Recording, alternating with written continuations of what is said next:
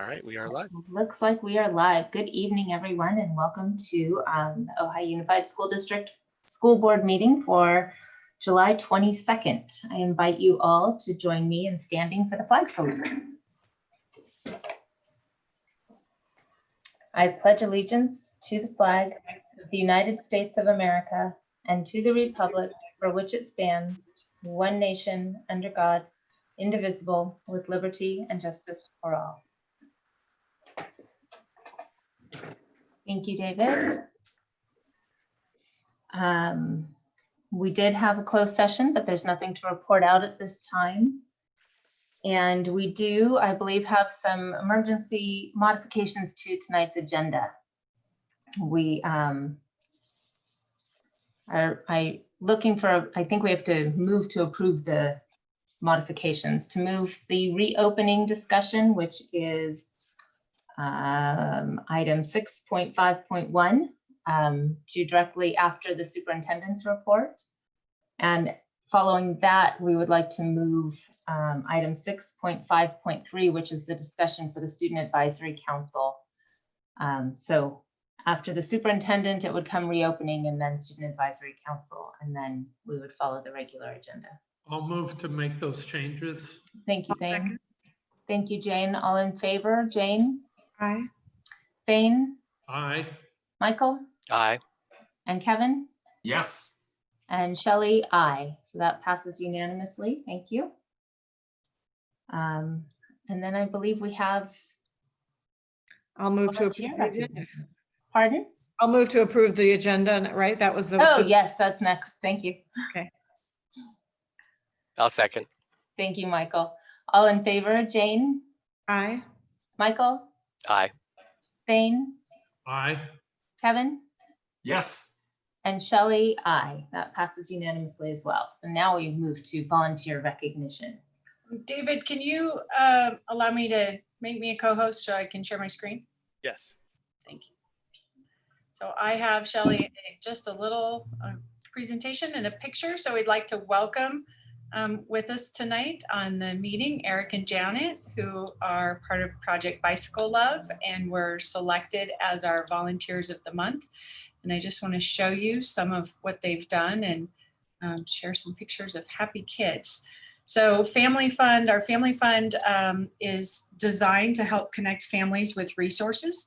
And so a lot of our students are in need of bicycles and transportation. And so we were connected with Eric and Janet and Project Bicycle Love, and they've donated 38 new bicycles and helmets to Family Fund for us to give. And so here's I'll just say there's so many bicycles that I thought I had blurred vision. Yeah, yes. Here's some pictures of students who gave us permission to add their photos, which we're very excited about. So in June and July, we donated 27 bikes, helmets, and new bike locks distributed to 27 students. Bikes and helmets were donated by Project Bicycle Love, Ojai Rotary West, Thatcher School, and Monica Ross families. Bike locks were donated by Kara Hooper, who's previously been recognized as a volunteer of the month, and purchased by Families Fund. So every student gets a helmet and a bicycle lock to make sure their new bike doesn't get stolen. But it's really amazing to be able to connect students with brand new bicycles. And some of these students, some of our older high school students need bicycles to get to work and to school, and it's their primary form of transportation. So we're really happy to be able to support them and grateful for our connection and for our 2 volunteers of the month. Tiffany, are there still any available? Or how do people apply? They apply through Family Fund, and we generally don't do an all call, but when we put out the Family Fund application every year, they can mark that they want bicycles. We also ask principals if they have students who would qualify and would be good candidates. So at this point, I think we've given out everything that we have available, and we do kind of periodic drives. So we'll do this again, probably September, October-ish. What an amazing gift and opportunity for kids. I am so appreciative. I agree. It just looks so bright and cheerful and happy, and it's such a wonderful, wonderful idea. I really appreciate the time that you all took to do that. Yeah, and thanks. the money. Thank you. If I could just say thank you to Alan White too. He's the one that put us in contact with you guys and the need. And so we appreciate him doing that. As you guys may or may not be aware, but due to COVID-19, there's a national bike shortage right now. And so while we tried to get more bikes, we were unable to earlier. We're still hoping to supply a couple more bikes that Kathy had requested. And so hopefully we'll be able to get those up to you in the next month or two. Wow, I had no idea there was a shortage. There is.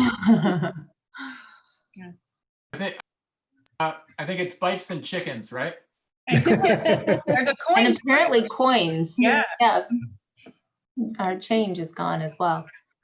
Oh. Thank you so much for the donations. Yes, You're welcome. you will get a certificate in the mail. Wonderful. Thank Sounds you. good. Thank you, guys. All right. Thank you. Thank you so much. Thank you.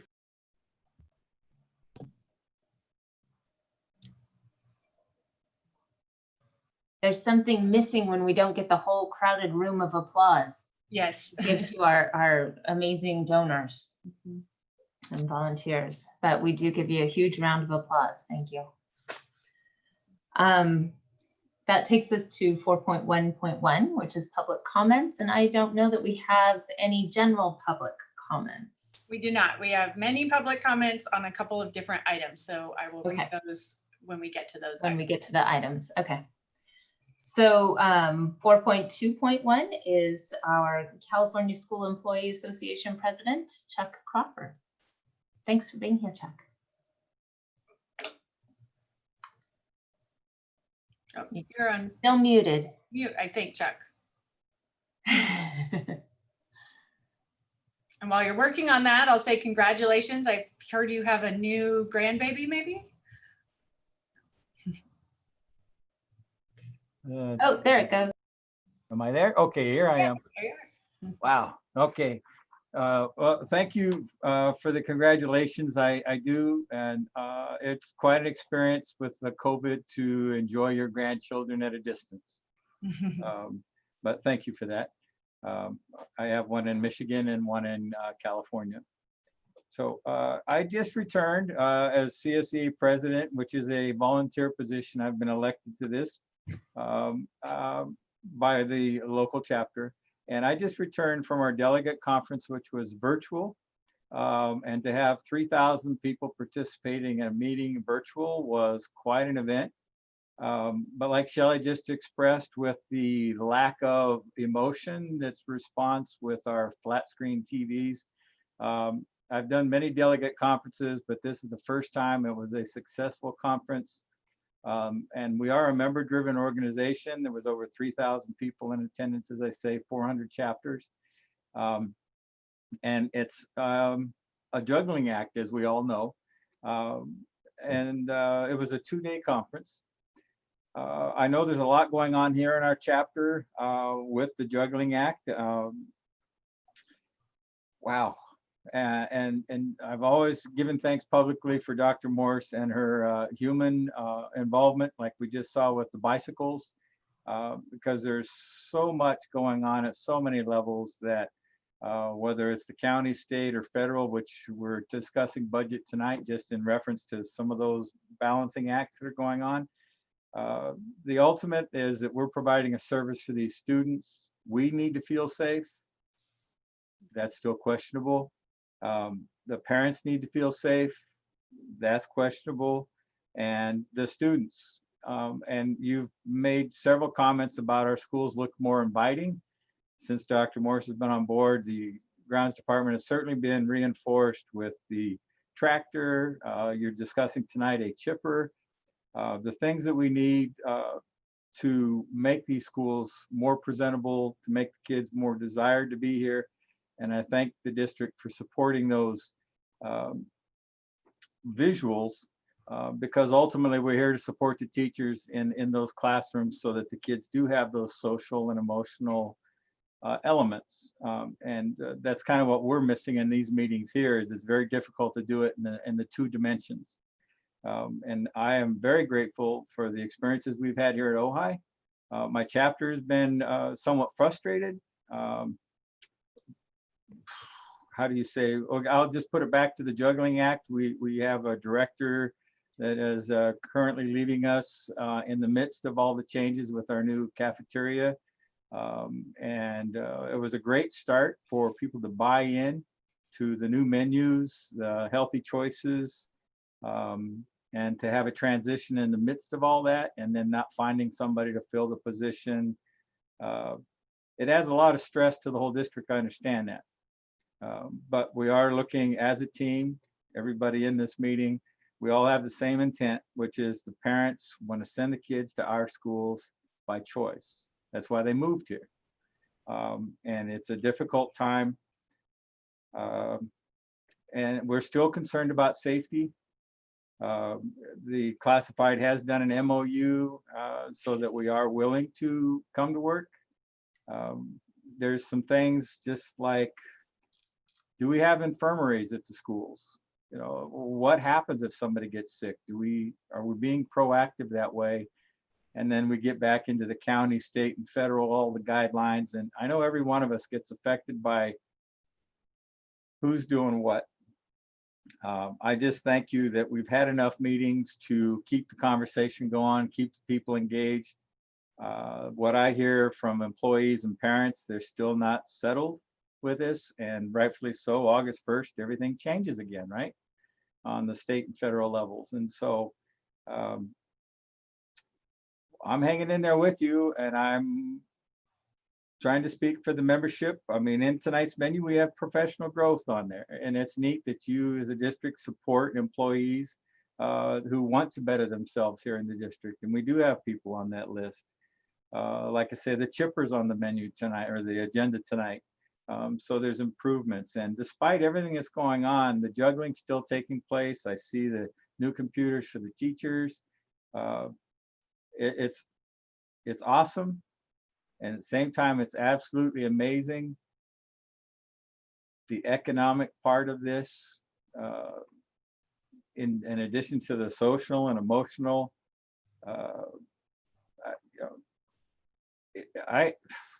when I have people that are losing their homes or their rent increases, and those are affecting the families. And like Dr. Morrison, you guys just acknowledged somebody reaching out for bicycles. You know, it's a moving picture, and I just want to acknowledge that and say thank you to you. I want to express the pain that the membership is feeling through this time of so much uncertainty, which 2 weeks we're back to school, possibly, right? August 1st. And what the heck does that look like? So I'd like to give people assurance. I know we all have that conversation, but people are frustrated and parents are confused. And I hope that with tonight's meeting and the agenda, that we can answer some of those questions honestly. And I thank you for that. Thank you, Chuck. We now have our president for the Ojai Federation of Teachers, Mrs. Janassi, Angie Janassi. You're on mute. Like I said, I'm having trouble being present tonight. It's a little bit too much summer, I think. Hello, I am Angie Janassi, and I'm the president of the Ojai Federation of Teachers.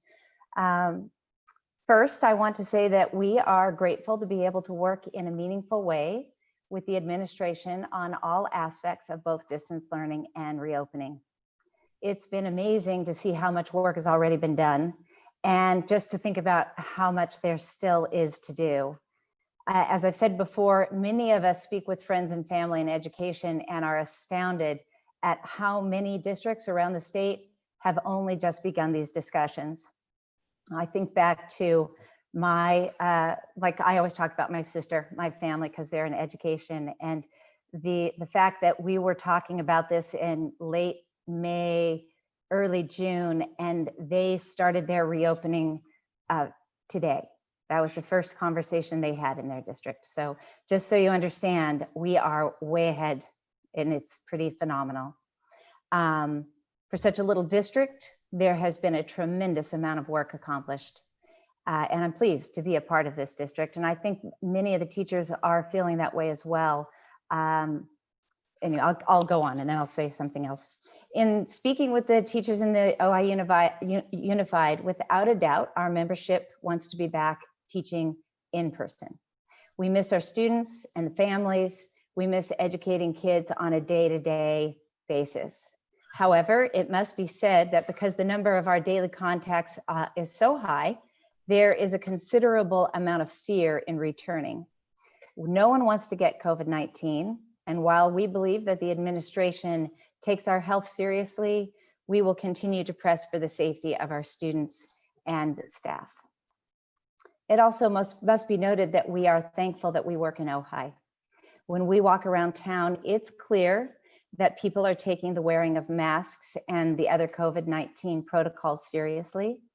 We just hope that people are continuing to social distance and follow those guidelines in their private lives. Kids need to be at school, and our membership wants them to be there, and we want to be there. So we all need to do our part to get our county off that monitor list and get us back on the right track so that we can all get back to work and feel more normal in our lives. Finally, we're pleased to see that the administration is working on a childcare option. There's a lot of concern about coming back to work and starting on August 19th. And teachers and other staff, for teachers and other staff with children, it's, I think, even more of a concern. I know for myself, I don't have kids, and I can show up and start work and I don't have to think about where they go or what happens to them or how am I going to do my job.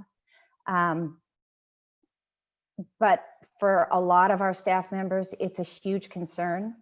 And we are grateful that there is something in the works, something to help us out and to help our families out. We worry about enrollment every year.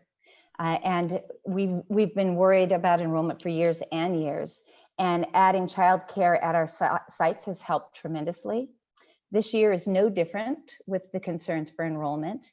And without a place for children to be while their parents and teachers are working, we would be creating an unnecessary burden for families.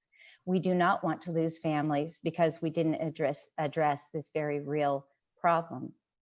And then finally, I wanted to say that I just can't tell you how amazed I am at my colleagues, both my teacher colleagues, our classified staff colleagues, our administrators. Just being part of summer school has been a phenomenal experience to see the organization and the care, the concern. And then just to know that my little team gets together regularly, the other teachers are getting together regularly.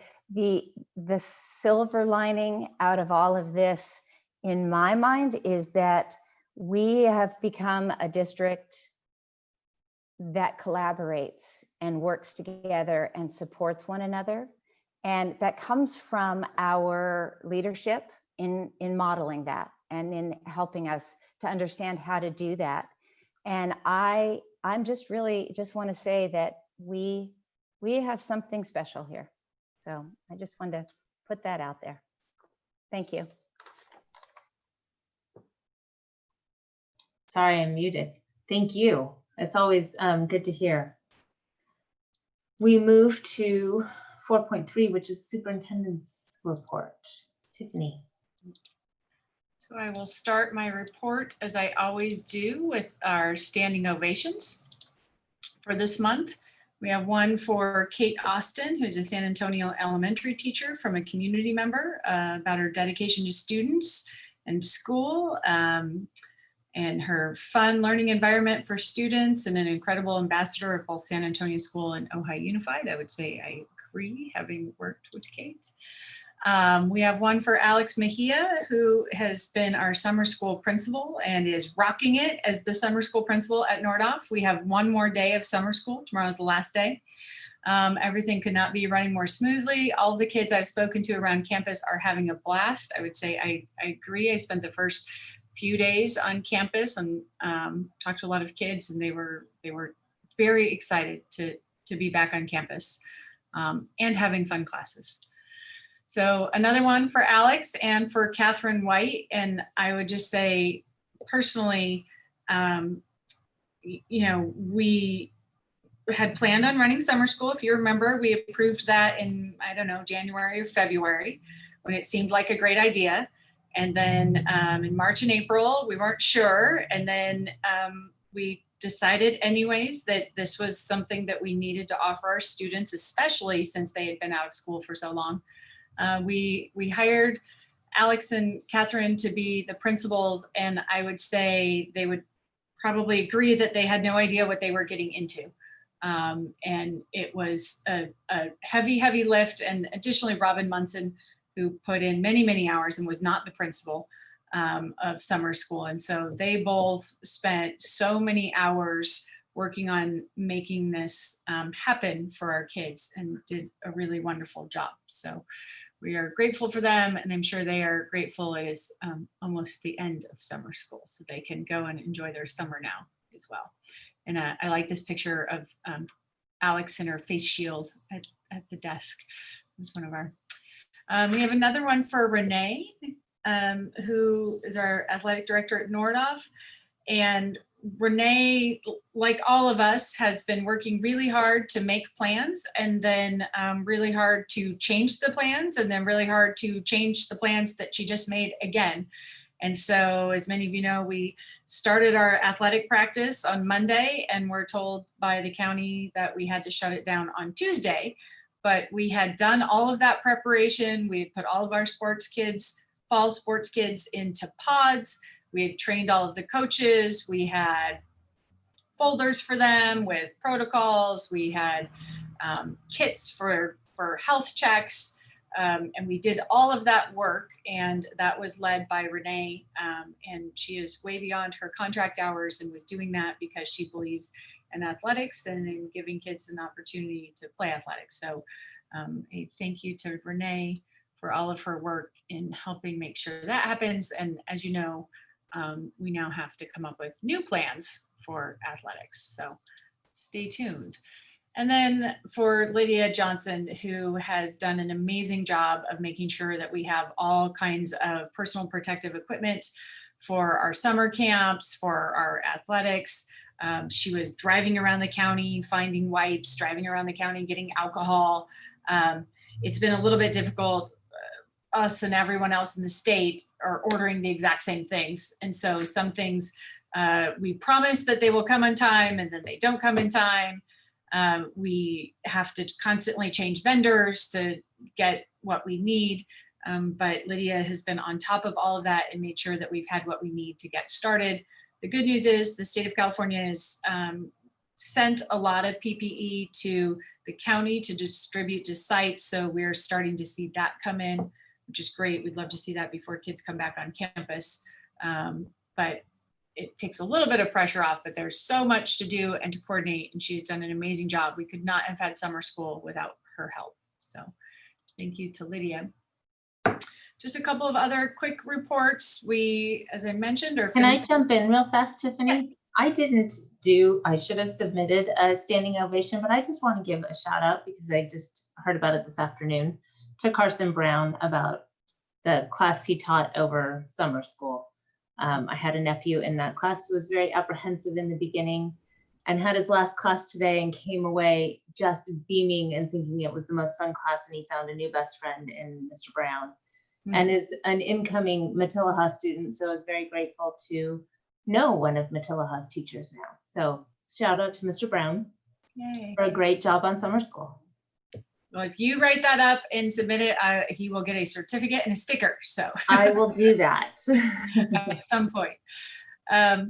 So we ended up with 13 summer camps, and then of course our credit recovery and our extended learning. So overall, we had somewhere around 700 students participate in summer school, again, at no cost to the district this year, which was great. And we were able to practice a lot of our protocols. So later in the reopening presentation, you'll see many, many things that we were able to pilot over the summer, which was incredibly helpful to us. And no cost to parents. Right, no cost to parents as well. An update on Summit, we now have around 100, potentially more than 100 students enrolled in Summit. 60 of those are new to the district. The rest are coming to us either from other schools or they're moving to Summit for distance learning next year. But that is a number that I'm very proud of, and it's very exciting. We actually might have to think about if we have a capacity limit at Summit, which I believe is a discussion we have not had in a long time. So that's good. Our guiding coalitions, as you know, I was very excited about them. We were rolling along in the spring.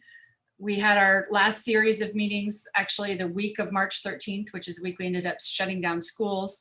The Inclusion Coalition, I've mentioned this before, the Guiding Coalition on Inclusion and Diversity reached out recently and said, what can we do? We are at a really critical time socially, what can we do to help? So that group has been meeting weekly, except for last week. And they are looking forward to putting on some events. We submitted a grant to the Ojai Women's Fund to do for some funding to support some of that work. So we're excited to continue to bring you that work. The other guiding coalitions, we're looking forward to restarting. We need a little bit of time and space to be able to implement whatever they come up with. And so right now our capacity to implement things is somewhat limited because we're constantly shifting our plans. So potentially after we move to reopening and we have students on campus, we can revisit those other 3 guiding coalitions and pick those up and continue with that work. And then finally, as you know, one of your board goals is around designing for joy. I wanted to share this classroom with you. This is the new elementary classroom. This is actually Angie's classroom. We piloted with Angie because we knew she would give us feedback about if it went well or not. And thank you to Adam and Alan and David who brought this cool design to us with the rainbows on the edge, which cost no additional money to have this pattern and to do this. And I'm very excited about it. Angie, do you want to say anything about it? I love my new floor. I love it. My classroom looks so beautiful and clean and just clean, like clean lines, clean. And the flooring is soft and comfortable. I think it's very, very exciting. So, and my colleagues have all looked at it and they too can't wait for the floor to be in their classrooms as well. So this is part of our COVID response is moving up the flooring and taking out all of the carpet that's been in for some time and replacing it with floors that we can easily clean and individual carpet squares. So you have on the agenda tonight some items to do this at all of the other sites as well. But TOPA is underway and we look forward to getting all of these done the rest of the summer. And that is the end of my superintendent's report.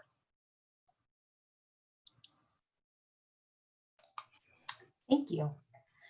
That takes us to 6.5.1, which is the reopening of the district. And I just wanted to say real quick that with this item, there's so much behind all of this and so much work that has been into this. And I know it can be frustrating for families out there who are looking at the agenda and see that there's not a lot of substantial information backing up this agenda item. As we were going to publish the agenda on Friday and the governor's changes came about, just one afternoon wasn't enough time to robustly put anything in the agenda, but I am glad you are all here tonight to look at this item. And we didn't want to leave this agenda item off of the agenda tonight because it's so important to talk about. So we decided to go ahead and publish without the backup documents. And we are grateful for all the work that the whole district has done on this. And as Angie said, so much collaboration. And we had just spent, I know Tiffany had just done 8 town hall meetings to tell you and answer parent questions about how we were going to do this hybrid piece, and to have it completely changed in an afternoon. We're now scrambling in a different way. I know we have a lot of public comments on this topic tonight. So many that I think Tiffany and I are going to take turns reading them out, because it's a lot for one person. So Tiffany, I will let you start. So I'm going to read one that just came in from Kathy Spear regarding item 6.5.1. There is growing concern that school districts will face increased litigation due to their inability to meet requirements under IDEA during the current pandemic. Some school leaders are asking federal lawmakers to grant them liability protections related to their obligations under the Individuals with Disabilities Education Act. This comes on the heels of groups representing school administrators pressing Congress and the U.S. Department of Education this past spring to grant temporary waivers, freeing them from some provisions of the IDEA. Where does OUSD stand on requesting liability protection from lawsuits that might emerge in this district due to an inability to deliver services specifically outlined in a student's IEP or 504 plan? Also, is there a specific plan in place as to how the needs of children with special education plans will be met, including those children transitioning from early start? How are OUSD special education policies plans being communicated to parents? And Shelley, this might be a good time also to remind the public about how the board can respond during public comment. And Right. So while it is an agenda item, so we can discuss it, right? But generally speaking, the individual questions we can have Tiffany send answers to, but they're difficult to address every single item that comes to in public comment tonight in our discussions. many of the questions in tonight's comments will be addressed in the presentation. Right. Right, and I would just like to add that some of that, is not particular to the reopening. So some of those questions, I mean, from what I just heard on that one, it wasn't particular to about how we're reopening. It is a specific question that does need to be answered for them, but perhaps not right now. Yes. Go ahead. You can read the next one. Okay. Ariana Mendoza writes, I am a concerned parent and aware of the pandemic. Have one senior and freshman. I would like for them to have the experience, even if it's only part-time enrollment. In Ojai, we have been very strict on everything, that we will keep the COVID number low. If it gets worse, then we can always stop, but I would like to move forward to enroll kids back to school. I have one from Jim Kirshner. I recommend distance learning for all at this time. The current increase in case numbers do not include kids that have been at home from almost the beginning. We have no clear data about how any form of in-school learning will impact students, teachers, and staff. Let's not add to the reopening mistake already made once by adding schools to the mix. Thank you. Kristen Lynch writes, good evening. I would like to comment and address the concern regarding the school opening in the fall. I am a former school counselor and I feel very strongly that the schools need to open as soon as possible. Anyone that has been paying attention closely to the news and stories being shared in the special needs community is well aware that we have tragically lost many beautiful students who have committed suicide due to unnecessary fear that have been placed upon them from the media and from the public around them. They become so overwhelmed with anxiety and fear, they see no end and turn to suicide as an answer. This needs to stop immediately. American Association of Pediatrics on June 29, 2020 has advised all children return to school from kindergarten to high school. Unfortunately, most locals are listening to an uneducated pediatric doctor who has no specialty whatsoever in education or special needs. Many of you know him as Dr. Robert Levin.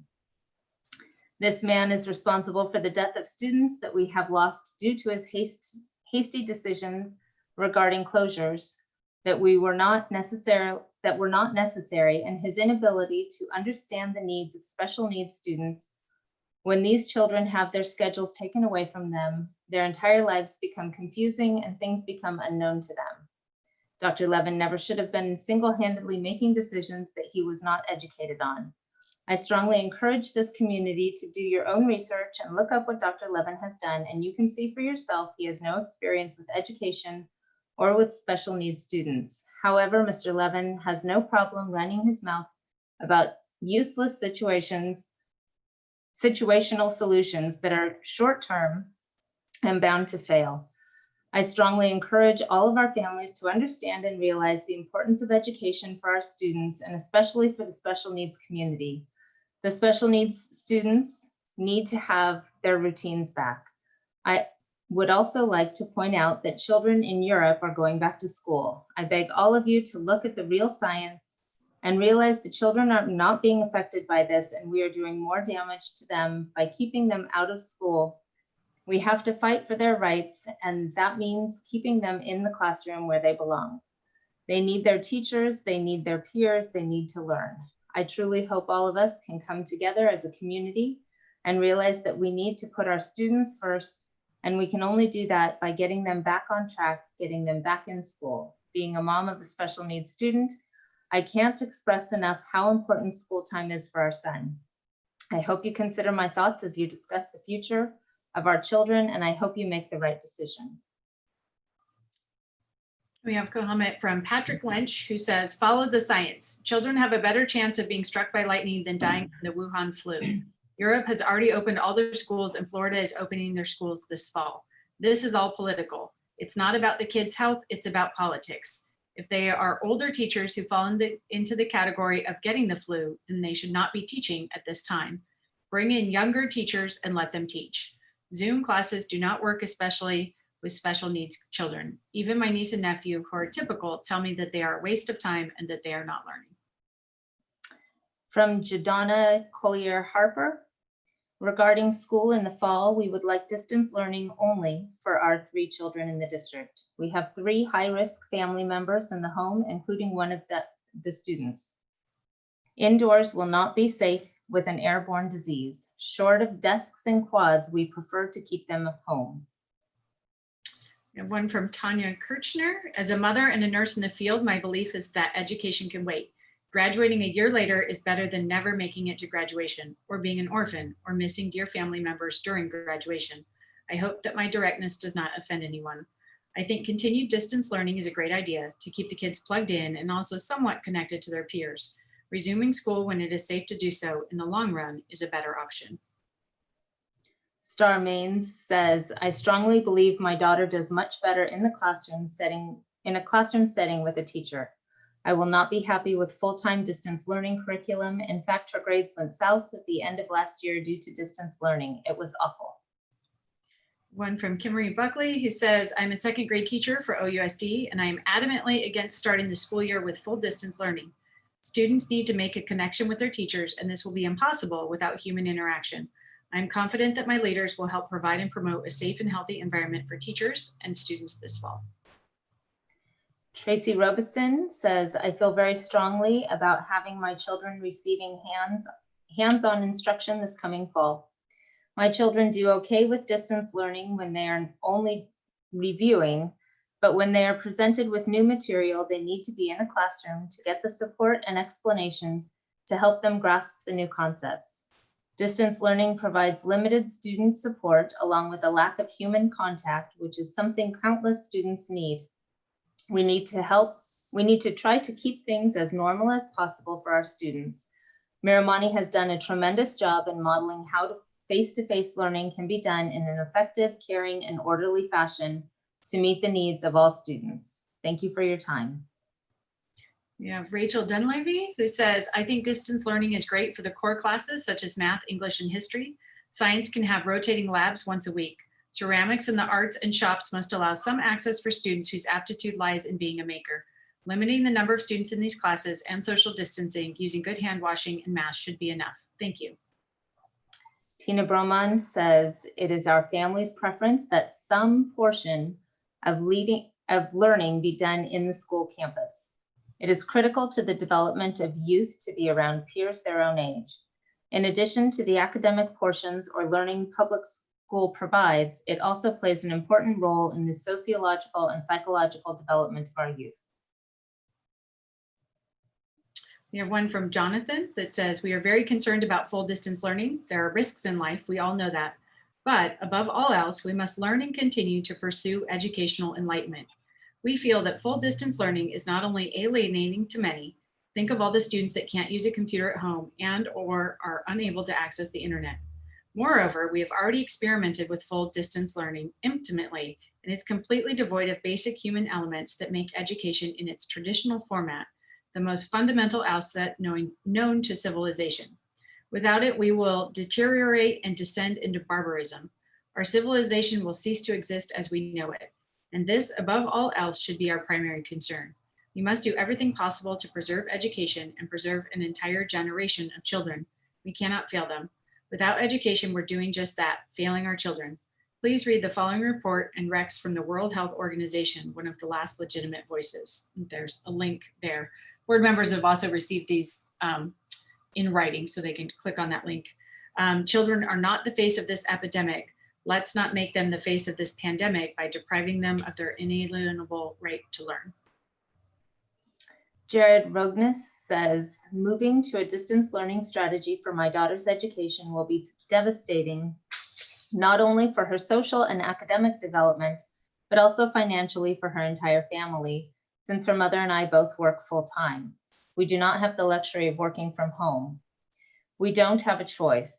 If we don't work, we are destitute. Unless the school district provides free childcare for distance learning, this strategy will suffocate struggling working-class families. This solution is short-sighted, lazy, and appears to be yet another example of leadership being truly out of touch with the pains and issues of the families they are supposed to be advocating for. It is not an opinion, it's a fact. Childcare is essential. And Jerry Washburn, I think it is a grave mistake to consider not opening school in the fall. I feel that measures can be taken, like other countries and school districts in the US have done, to keep the students safe.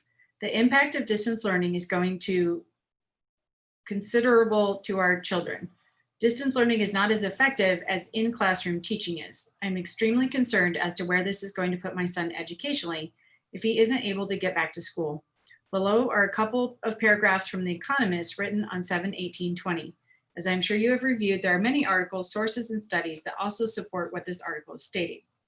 Quote, the new coronavirus poses a low risk to children. Studies suggest that under 18s are a third to half less likely to catch the disease. Those under 10, according to British figures, are 1,000 times less likely to die than someone aged between 70 and 79. The evidence suggests that they are not especially likely to infect others. In Sweden, staff at nurseries and primary schools, which never closed, were no more likely to catch the virus than those in other jobs. The new study of 1,500 teenage pupils and 500 teachers who had gone back to school in Germany in May found that only 0.6% had antibodies to the virus, less than half the national rate found in other studies. Granted, an outbreak at a secondary school in Israel affected more than 150 pupils and staff, but with precautions, the risk can be minimized. However, the costs of missing school are huge. Children learn less and lose the habit of learning. Zoom is a lousy substitute for classrooms. Poor children who are less likely to have good Wi-Fi and educated parents fall further behind than better off peers. Parents who have nowhere to drop their children struggle to return to work. Mothers bear the heavier burden and so suffer a greater career setback. Children out of school are more likely to suffer abuse, malnutrition, and poor mental health. If Ojai Unified makes the decision to go to a distance learning only model, we will most likely have to make the sad decision to pull our son out of the district and put him in private school. I am a stay-at-home mom, so this decision won't be based on our work schedule need for childcare, but on the sole basis of the educational impact on our son. Private school is not something that we can afford, but would be a financial sacrifice we would have to make for the sake of our son. It is frustrating to be put in this position. We have been very happy with the education our son has received from Miramonte and Matilha and would like to continue with it. It is our hope that the school district board will vote to continue with the fall reopening plans with safety measures in place. Thank you. From Francisco, hello, my wife Rena and I We are really concerned about the pandemic since we have lost some friends and family who have died from COVID-19. We are not enjoying the idea to send our kids and put at risk our family. And also I know we have teachers who are not in good condition. We have 5 kids and I prefer homeschool until this pandemic is over. I think it is very irresponsible for any of your staff or teachers who agreed to come back. Don't come and tell me that it is good for our students. I understand that it's millions of dollars on this if our kids come back to school. Money, dollar signs, it says. Life is important. Please have a plan for those families that we are not planning to send our kids to school until we have a cure. My name is Francisco and Rena, and we look at that you guys do the right decision, not only for a few people thinking it is right to come back. It is not safe. People are dying and getting sick. Please wait until it is safe and the curve is getting straight. Sarita Davis says, please follow the advice of the health experts. From Camille, I am very concerned that my child who attends Nordhoff as an incoming sophomore will have to study from home when there will be no parent present due to employment. Also, I fear that due to the kind of learner he is, that he will be lacking motivation to follow through with his assignments and tasks. This could potentially affect his grades and set him up for failure in the future professionally and academically. Additionally, when applying to colleges, it may be harder for him to be accepted if his grades are lower than what's required due to the potential at-home distance learning model that could be put into place. He is an interpersonal learner and needs other people around him for motivational reasons. I only want him to be successful, and I hope that you decide to continue on-campus learning with the necessary safety measures put into place. Thank you, a concerned parent. This is from Clay Crosby. To whom it may concern, we appreciate the opportunity to voice our opinion. During these difficult times, it is important to come together as a community. We have a son who will be attending first grade at Topa Topa. From our experience with distance learning, we have decided it is best for his education to attend in-person learning. We realize things will be different now and will respect any decision that is made. However, we do support in-person learning and are willing to offer our help however needed to make this happen. Thank you for your time, the Crosby family. From Stephanie Hull, as a current Ojai Unified teacher and having worked as a teacher during summer session, I feel that I should share my perspective. I believe that the concerns about COVID are extremely valid. However, I have witnessed children ages 5 to 11 handle the social distancing protocols with excellent precision and care after just a few days of practice during summer school. These children understand how to social distance and are completely understanding of the reasons and consequences of not following the rules. Being back with the students has been a joyful experience for me. It reminded me of the reason for my joy in teaching, which has nothing to do with computers. I would suggest that students return to school in the format that was presented by Tiffany Morse earlier in the summer. My own children are looking forward to being in the classroom again and will be upset by the news of distance learning if that is decided. Could I suggest that the students' parents who would prefer to return to school and the teachers who want to be in the classroom can do so, while the teachers who would prefer to distance teach could work with the distance learning community? I understand that there is not an option that will make everyone happy, but I thought I would offer my thoughts as an educator and as a parent. Rachel Tank says, Dear Ms. Morse and board members, as a 15-year homeowner and resident in Ojai, our families decided to transition our 2 children, 6 and 7 years old, to the public school this upcoming academic year. Previously, our children attended private school. Since the shelter-in-place school closures, the private school provided direct Zoom online instruction from 7:45 to 12:30. In addition, teachers and resource instructors were available online to meet with parents and students for additional guidance and student instruction as needed. If remote learning will take place in the fall, it is imperative that 1, teachers provide direct instruction at least 2/3 of the day versus checking in instruction.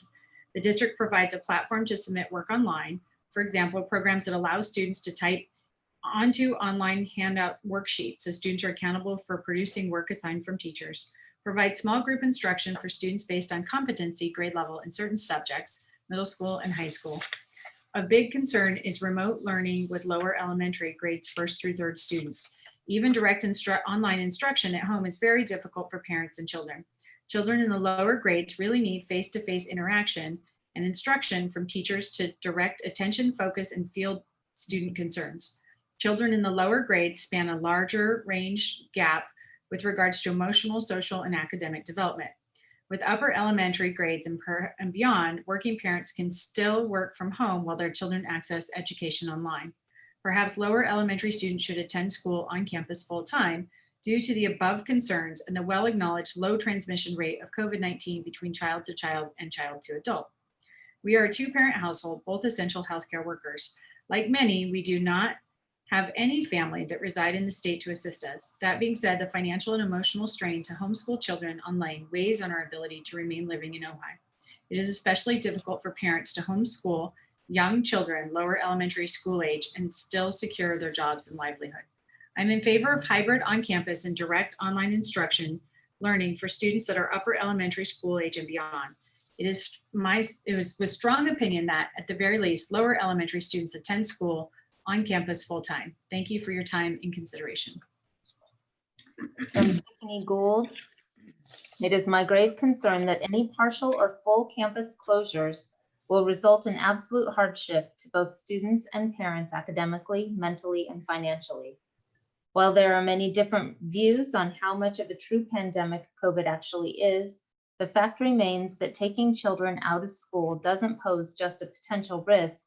It's definitely inflicting negative and lasting impacts on our precious children. As a mother of 3, I can honestly say that I have personally witnessed the decline of my children's academic performance, as well as their mental and emotional well-being. I don't think that the statistics of COVID warrant such a strong response, such as shutting down our entire society. Would it be possible for parents to decide on which option they would like to choose for their family? I don't think that distance learning is effective or practical for the social growth and development of our children, as well as their academic success. Life isn't meant to be carried out in front of a screen. As parents, we already engage in daily battle with screen time. I, for one, don't want my child to get their entire education online. If you are going to go through with an altered platform for learning, can there be an option for students to utilize workbooks, at least for elementary students? I would like to see the schools fully open, and if that doesn't happen, then there should be at least a hybrid option, and of course, a full homeschooled option for parents that want that. But closing campuses across the board is impractical and isn't going to do much to keep COVID at bay. Keeping kids at home isn't a healthy option, in my opinion. One from Joan Morley. I support the reopening of our schools in the fall. Our children are suffering emotionally from their inability to interact with their friends, other students, and teachers, and need to return to an environment where they can be together physically on site. Additionally, keeping the schools closed would present a severe hardship for working parents who need to leave their home for work, or, if able to work from home, need focused time without their children present to work effectively. I think a distance learning option should also be made available for children who do not feel safe returning to their school or whose parents do not feel it's safe for them to return. Mrs. Allen says, as a mother with asthma and a 2-year-old born with a heart condition, sending my 6-year-old back in the fall has never been an option for us. Contracting COVID-19 could possibly have catastrophic effects on our family. It is dismaying, concerning, and quite frankly hurtful to see my fellow citizens act in such disregard and without concern for other families around them. I am heartbroken for my 6-year-old who has not been able to see or play with her friends. I constantly worry about her mental health and mental development. However, I worry even more about her physical health and that of my family and making it through this pandemic in general, which will continue to be my first priority. That being said, we will be keeping our daughter in distance learning through this pandemic, regardless of what mandates or orders are in place, and are prepared to switch to online public school learning if we feel our family is not being protected by the school district. We would like to emphasize the efforts to keep the children in communication via Zoom as we did last year. My daughter often mentions the guest speakers or teachers, such as dance, art instructors, that she loves and misses. We would like to suggest or request Zoom meetings that you can possibly sign up for to be a part of an art or dance or extracurricular activity class. More available time slots for students to interact and communicate about their studies and school experience. With the technology available to us now, we would like to see more emphasis on how that can be made as interactive as possible instead of bringing students back to campus.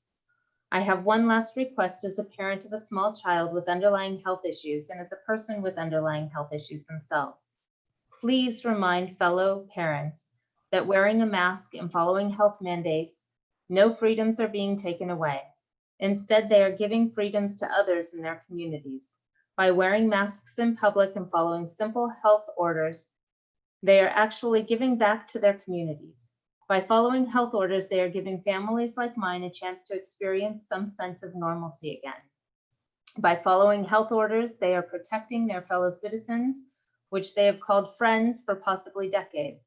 I have always viewed Ojai as a community of friends, and good friends take care of each other and care about each other's health. Sadly, my sweet Ojai has seen a devoid of this community friendship.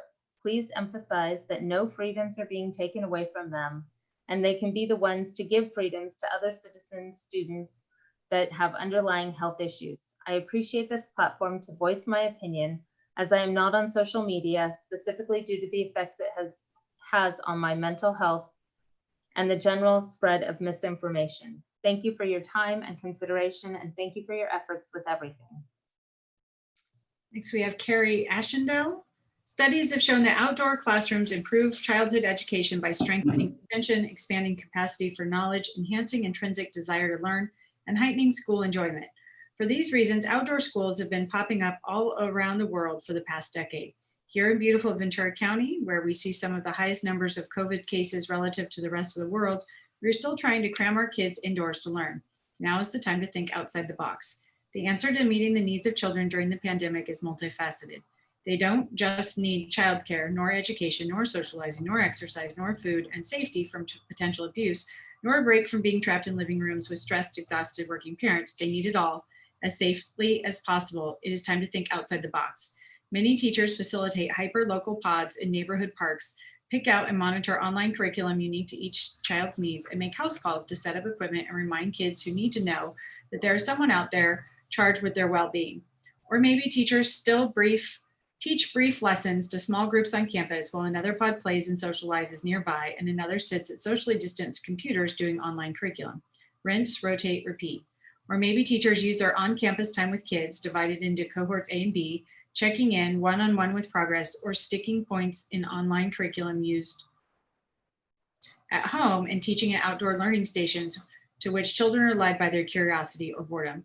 I've seen a variation of this model in action, and I assure you the only time there's a large number of kids in one place is when there's candy involved or a very, very large insect is found. I recommend leaving out the former and just chalking up the latter to real life risks. The truth is that much of this out of the box thinking is happening among parents who have chosen to homeschool this year, regardless of whether schools will be using distance learning or social distancing in classes. They are voting for small pods in outdoor settings where close physical interaction is kept brief, with the ultimate goal of real social interaction, effective learning, and true childcare. This is actually what families want and need. How much better would it be if schools could provide the same with the added benefit of tax dollars and trained teachers? If school of any sort is going to appear this year, it is not going to look like school as we've known it. But if we get real honest about it, school has been heading away from what we've known for quite some time, particularly for those who have been able to opt out of public options. Maybe now is the time to zero in on the future and do our best to catch up to it for all our kids. From what I can tell, trying to force them into the old paradigm during this crisis is only going to further the social gap, and that's obviously not the kind of social distancing we should be striving for. Emily Ryder says, much as I want my child back in school, the numbers of infected in our area are on the rise and simply don't support going back. Even with precautions in place, in-person learning seems like a guaranteed way of spreading the virus. Ojai has been lucky so far, but we must remain vigilant. Our numbers had remained low over the summer, we'd be ready for school. If our numbers had remained low, we'd be ready for school. However, it seems more dangerous now than it did in April. Next is from Paul Royal. Dear board members, you are tasked with a difficult decision, and I thank you for allowing people to be heard through social media. I want you to vote on reopening our school system with safeguards this fall, just after Labor Day. I could like to cite the National Academies of Science, Engineering, and Medicine and its urging of school districts to open at this time. Dr. Jeanette Nishiwat, specializing in family and emergency medicine, fully supports this and cited a study out of Britain showing children under the age of 10 especially are 1,000 times less likely to die from coronavirus than someone over the age of 65. In addition, opening schools will benefit families beyond providing education, including supplying childcare, school services, and meals. Without in-person instruction, schools risk children falling behind academically and exacerbating educational inequities, the National Academy said. Our community is relatively free of any major outbreak, and I'm asking you to vote yes, yes, yes for reopening. Sarah McCracken says, I would like to suggest the possibility of using the outdoor spaces for more learning. I understand this would be an adjustment for the teachers and students, but possibly this is better than no live instruction at all. As an outdoor educator, I know there are many ways that outdoor spaces can be utilized as classrooms. Garden habitats, lawn spaces, outside tables are all good options. Incorporating the project-based learning model with outdoor instruction seems like an easy fit. Good luck with these difficult decisions. Lacey says, I have concerns regarding my special needs daughter. Distance learning did not work for her previously. What are we going to do for the special needs children who don't do well with distance learning? Alicia Nims says, I am a parent whose child is to be starting first grade in the fall at Topa Topa Elementary School. My concerns are overwhelming, to say the least. One, the district has yet to present a curriculum that will benefit parents and children with different learning styles. Not every child learns well from 2 online programs previously used, Headsprout and I Know It. As I personally adhered to the program and completed all assignments with my child, it's not effective nor conducive for a low screen time, more hands-on learning environment. 2, whereas infection control public health is of a concern, I have yet to see a concrete plan as to how this could be managed for on-campus in-person learning, thus creating the environment to which children will have to receive their education through distance learning, which brings me to my next concern. 3, I have not seen, heard, read any plans, programs to help assist parents with increasing costs of distance learning. As a nurse, as a parent, I feel our district has not done enough to create a plan that benefits our children's education. And whereas the Group A, Group B plan, half day, was tentatively placed for the potential of children returning to campus and looked hopeful, it does not appear that this is fully supported due to public health concerns. But I digress. Where is the contingency plan for distance learning? Where is the curriculum we as parents can follow and teach our children effectively to promote optimal learning? Where is the assistance? Where are a public school system heavily relying on charter school ideas, but without the assistance or proper plans in place? Families cannot afford to homeschool without the assistance. If we are to continue from a strict distance learning curriculum, perhaps offer assistance more than US food distribution and occasional arts and crafts. I truly hope that this district has an in-depth plan that values our children's education over the need for seeking, receiving public funding.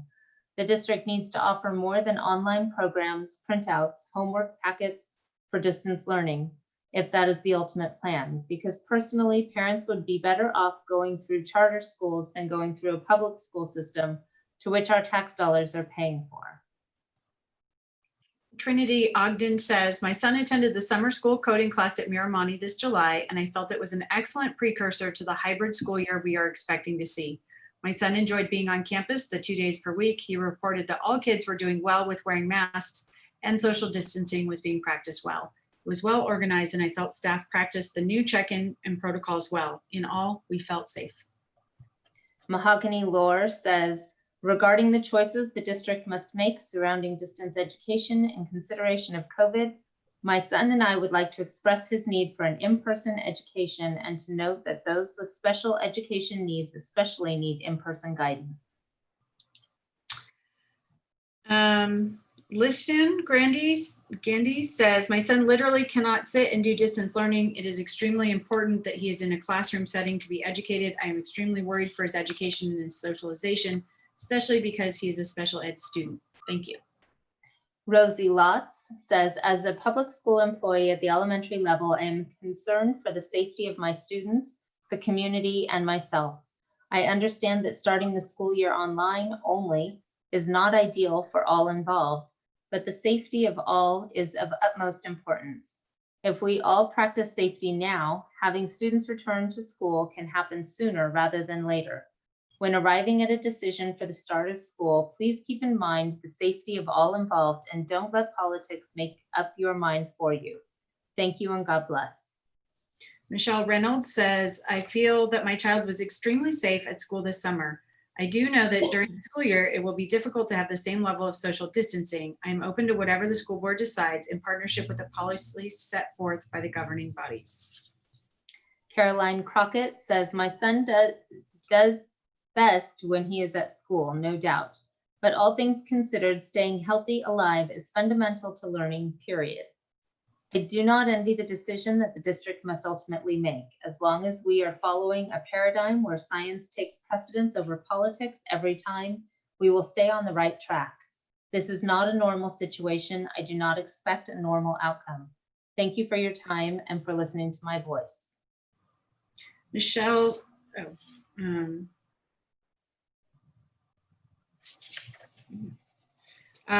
Pitt McQueeb says, my household consists of, like so many here in Ventura County, 2 full-time working parents. We do not have 9 to 5 jobs, but rather 12 to 14-hour days. My son, who will be in first grade in the fall, is entering into one of the most crucial grade levels to build the skills needed for the remainder of his life. Our distance learning schedule will most likely start around 6 p.m. every night, and I assume last a few hours. This also does not include dinner time, bedtime routine, and some time spent together as a family. I'm sure many children are like my son and learn academics much better if not taught by myself or husband after working all day and during a global pandemic. Parents need help. We need options. We need one less thing to worry about. My household is fortunate to have a roof over our heads, food on our table, and live in our hearts. But what options are there for us with our kids? My husband or myself quitting to be a teacher this fall will remove the very things we have, a roof over our heads and food on our table. This is not the teacher's fault, and in no way is our household upset regarding the safety of our school professionals. It goes much further than this. This is about the leaders of this state and country. We have been forgotten. The school system has been forgotten. The summer camp program at Miramani provided a much needed safe space for my son to play with our children and learn. He came home from his 2 half days feeling happier and more fulfilled.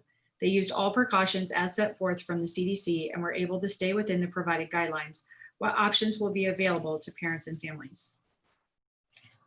Sayuri Vidalis says, will high school students be reminded that homework and Zoom meetings will no longer be a choice, but be an obligation to be able to graduate?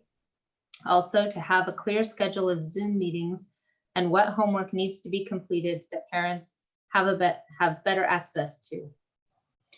Caitlin Prieto says, both of my children attended the summer programs at Miramani this summer. It was fantastic. With how much the world has changed, my girls needed some normalcy in their life.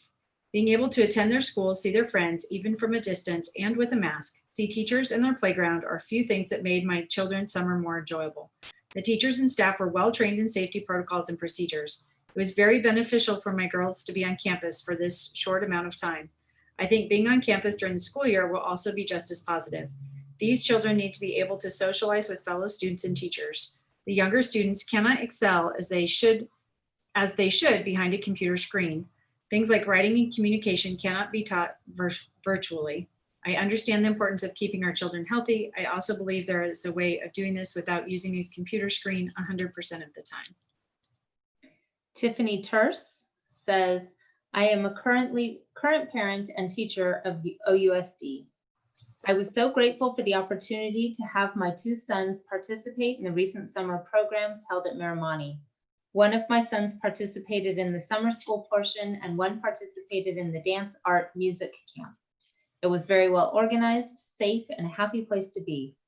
I saw an amazing positive mental shift in my children were able to again participate in a consistent learning environment outside of their home.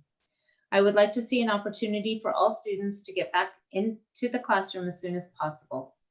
As a teacher, I am thankful we are most likely starting with full distance learning in the fall. We can put our time into planning this program as well before moving into a hybrid plan. Danielle Franklin says, summer school has been truly amazing for my children during this uncertain time. It brought a much needed sense of normalcy back for us. Both my elementary and middle school children have really enjoyed it. I feel it is run extremely safe for all the staff and students. I personally think that in our size community, OUSD should be able to continue with the same structure used for summer school during the fall semester. I'm available if further comments are needed in favor of in-person school for the fall semester. Melody Lineker says, I have 5 school-aged children at home as well as being a teacher myself. How are we supposed to supply appropriate levels of home internet access to allow for simultaneous distance learning? Not to mention that my kindergartner and all his peers will need my consistent hands-on interaction during any school activity, online class, lessons, paperwork, reading, etc. Honestly, unless we get back into the classroom for the spring semester, this year is just going to leave him and all of the other students with massive academic delays. Christina Beers Cabrera says, my daughter attended the online coding course this summer and she really enjoyed it. The teacher used the Canvas platform, and I was wondering if it will continue to be used by teachers in the fall. Also, will teachers have daily contact with their students? That component of distance learning is in desperate need of improvement. In addition, will there be training for parents and staff in regards to expectations and accountability? Gisa Seeholzer Hagen says, my daughter participated in this summer's school program at Nordhoff, and I wanted to say that the OUSD summer school staff did an amazing job every morning in keeping with safety protocols. My daughter had a wonderful time learning in the small class size setting. Julia Krenkel says, recognizing that we are all under enormous pressure to dramatically change the way we live and work due to COVID, we must rise to the occasion and do better by our children. Our kids are attending kindergarten and 2nd grade this year. Frankly, the distance learning in the spring was not good enough for our children. The quality of education was better than nothing, but was very limited and not age appropriate. Kids need direct education from their teachers, whether it is remotely or face-to-face. Teachers are highly trained to provide education to kids, while the vast majority of parents have no such training. It is unreasonable to expect that parents can review a teacher's lesson plan and do all the teaching themselves, especially given that most parents have to continue doing their own work. Kids need interaction with their teacher and other students in order to learn best and socially develop. I call on the district to rise to this historic occasion and do right by our kids. Our kids are depending on you.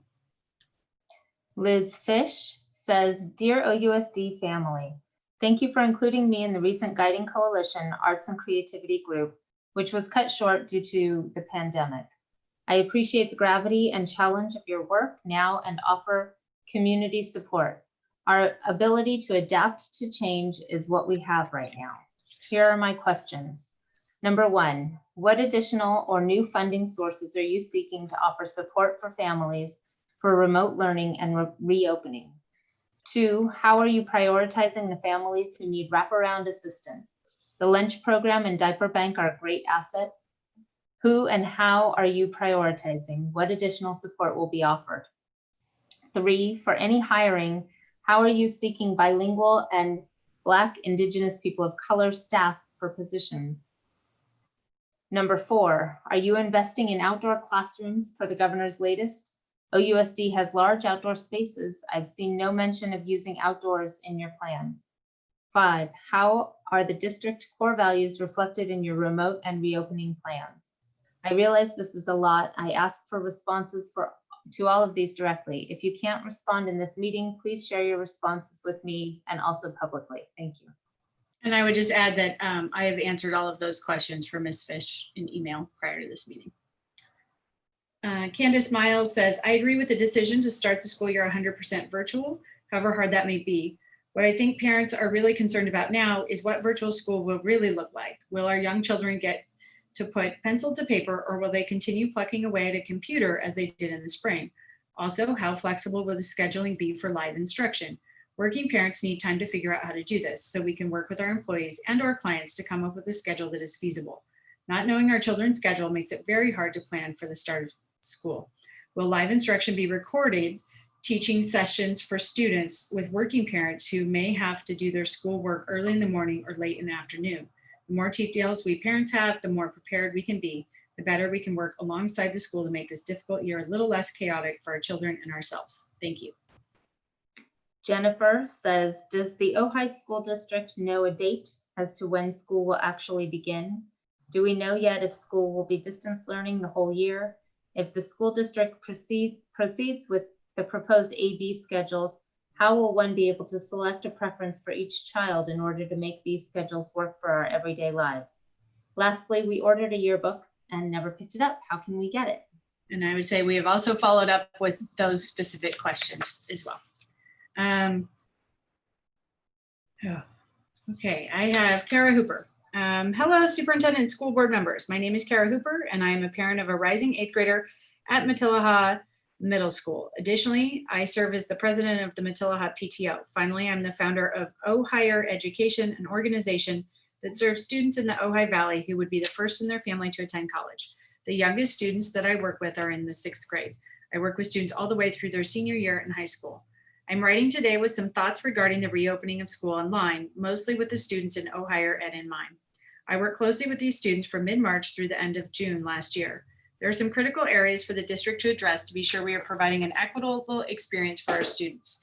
As OUSD considers reopening in the virtual world per the governor's orders. Though his order stipulates daily direct contact between students and teachers, for many in our district, technology and Wi-Fi access remain significant hurdles. Dr. Morris made critical decisions in the fall of 2019 regarding getting one-to-one devices for all of our middle school students in place. If this had not occurred, I cannot conceive of how students would have proceeded last spring. As we have a rising group of 6th graders entering Matilaha who do not have Chromebooks, I look forward to hearing the plan regarding how the district will get Chromebooks into those students' hands so we can again ensure that every middle school student has a computer at home. Next, Wi-Fi connectivity. The technology department worked tirelessly to ensure that any student without Wi-Fi at home had a hotspot. From my experience working with students who had these hotspots, the sad reality is that they often do not have the signal strength for students to log into Zoom meetings. My solution to this was to invite students up to my porch to attend school online.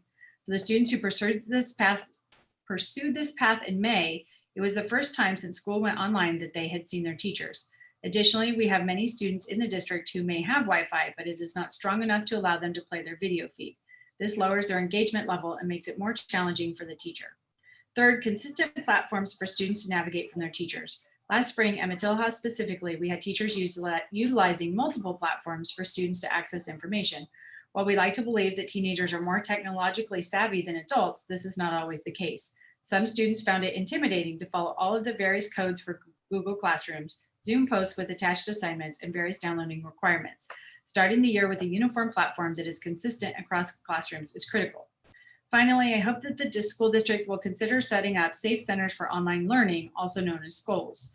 This is a model that many universities are looking at as they consider bringing back students to campus, but simultaneously continue with an online learning model. A school also schools to look at large unused spaces on campus to utilize for students who may need additional assistance in a brick and mortar setting. Students who can continue to study at home should do so, but a school would allow the district to invite students who lack the technological access to attend virtual school safely. It also could include lunch, thus ensuring that any student entitled to free and reduced lunch can get one. Imagine this as any number of places: the Chaparral Auditorium, the Matilaha Gym, the Noroff Gym, and of course, perhaps most effectively, perhaps under some sort of tent outdoors in the beautiful natural settings that each of our campus sites offers. A school seems the perfect blending of several of the core values of our district: wellness, inclusion, creativity, and environmental stewardship, if it were to occur outdoors. As a PS, I would add that in its shift to a middle school model, Matilaha added an advisory program last year. What a wonderful thing to utilize during online learning.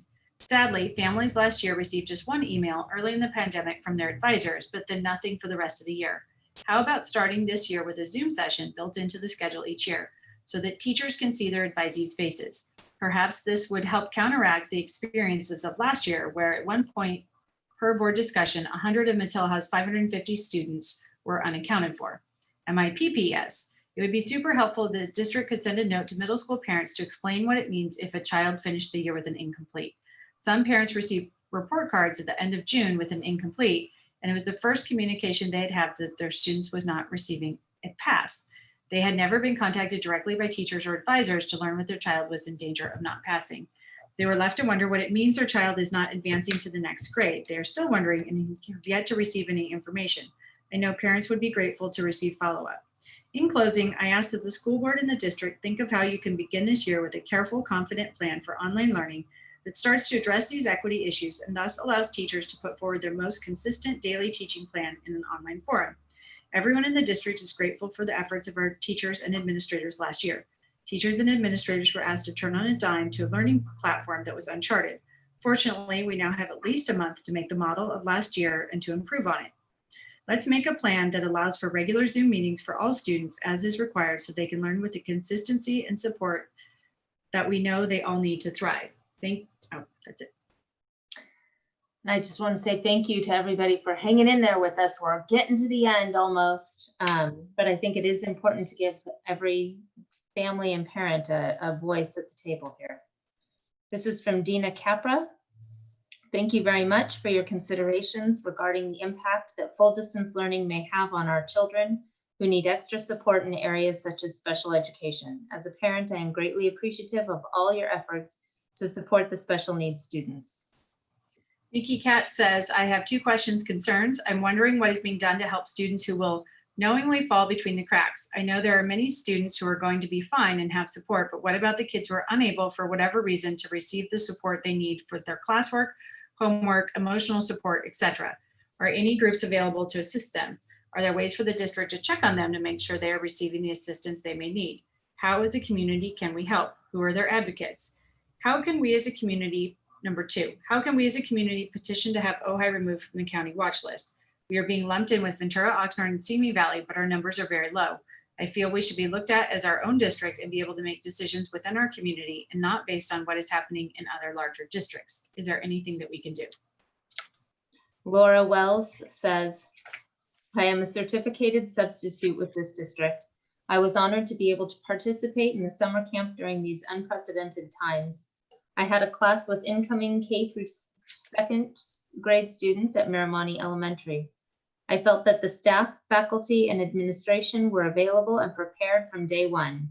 It was incredibly moving to see that it did not take long for most of the kids to adhere to the mask wearing rules and to practice physical distancing. The circled mats placed on the ground for lining up to enter and exit the classrooms were a huge help in this regard. I know that the children were happy to be around one another again and in a school environment. I personally have not felt at risk during summer school due to the excellent planning and team approach at Miramani.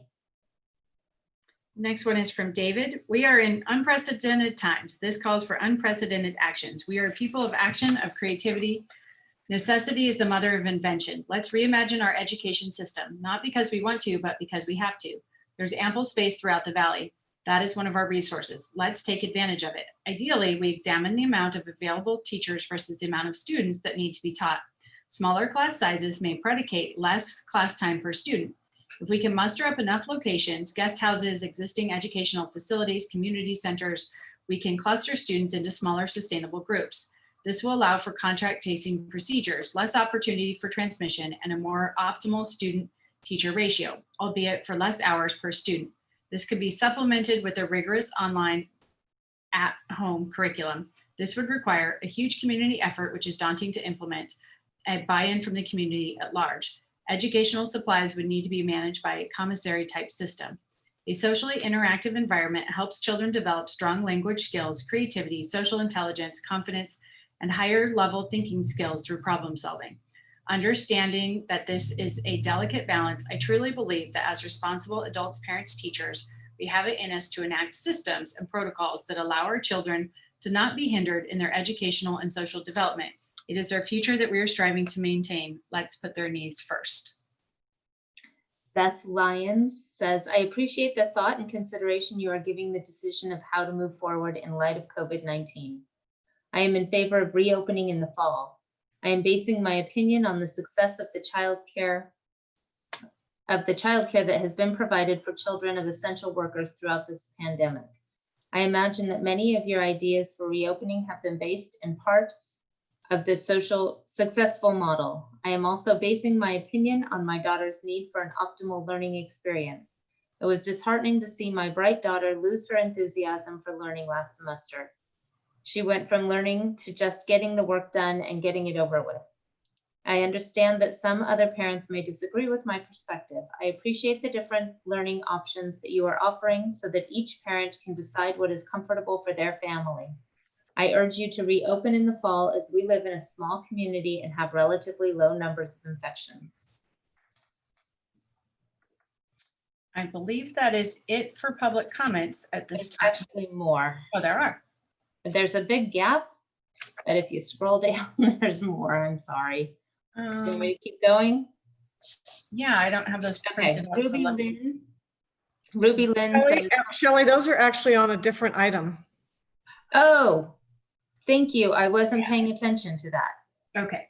Got it. Thank you, Jane. So I have a reopening presentation for you now for your consideration, thoughts, and feedback.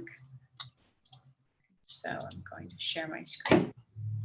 And I will say, to Shelley's point, we had a plan that we were working on. We had spent a lot of time negotiating it with teachers and staff, sharing it with families, getting feedback. And then on Friday, all of that plan changed based on the governor's announcement. So you have seen this slide before, but I just want to remind you because it's particularly important right now that we have basically three things that we have to consider in all of our reopening plans. The first is, what is it that families want? And you can hear from the public comment that, you know, there's pros and cons to reopening.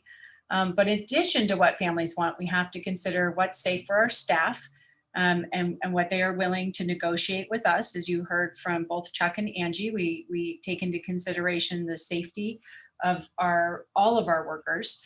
And then finally, we have the regulations and what's allowed. So while many parents are asking us for us to reopen, it's simply not possible because on Friday, the governor announced a new California Department of Public Health framework and guidance for reopening schools. So under this framework, a district cannot reopen for in-person instruction unless the county which the LEA is located in has been off the state's county monitoring list for at least 14 consecutive days. Ventura County is on the list and remains on the list. A district superintendent may seek a waiver for an elementary school only. The waiver request must be made in consultation with labor, parent, and community organizations. And it requires a review by local public health officials. So that would be like Dr. Levin, and consultation with California Department of Public Health. I know that another district in our county submitted a waiver and was told at this time that there is no consideration in our county for waivers. So I don't believe that's possible at this time for us. Tiffany, can you say which district that was? Rio. Once a school or district has reopened, closure is not mandatory simply because the county goes back on the watch list. So we've gotten a lot of questions about this, like, well, you're going to reopen and then you're just going to close again. But luckily the guidance does not say that. The guidance says that once we reopen, then there's some other things that we have to do, which I'll show you in a moment, but it doesn't necessarily mean that we have to close again just because the county potentially goes back on the county monitoring list. So in terms of closing our schools, and I know there have been some questions, there was a Facebook meme with lots of questions that was going around. Individual school closure may occur if the school has multiple cases in multiple cohorts, or at least 5% of the total numbers of student staff within a 14-period day. So like at Nordhoff, that would be about 40 people who tested positive. District closure may be warranted if 25% of the schools, so for us, that would essentially be 2 schools. So in relooking at our plan, our new vision is to start in phase 1, which is distance learning through October 1st. And again, we don't have a choice in this, this is required. extended as needed on a month-by-month basis. So our team met on Monday, our principals, Angie, and one of our ed tech coaches met to kind of work on what's a proposal for reopening. We debated whether or not we wanted, if school reopens, you know, do we come back the next week, right? So if we're off the watch list and we know we're off the watch list for 14 days, how soon can we come back? And there was a lively debate among the team. And what we decided is that for families that are paying for childcare, it's not easy to just transition from one, you know, if you're paying for a month at a time, it's hard to just leave in the middle of the month. So we wanted to not extend distance learning through the quarter or the semester like most other districts have done, but really to give ourselves a target date. And we'll be watching the watch list and we'll know by kind of mid-September what that looks like. And if we need to extend, and to really go on to the degree possible, a month-by-month basis. And you said other districts are going quarter by quarter? Oxnard Union is first quarter distance learning, which is really October 15th-ish. So it's about the same, maybe a little later for them. I believe Ventura Unified is first semester distance learning. I believe Simi Valley is first semester distance learning. So everyone is more or less quarter or semester. But one of the benefits of being small is that I think that we can pivot a little bit faster and take things on kind of a month-by-month basis. But I'll pause here to see if there's feedback or thoughts from the board.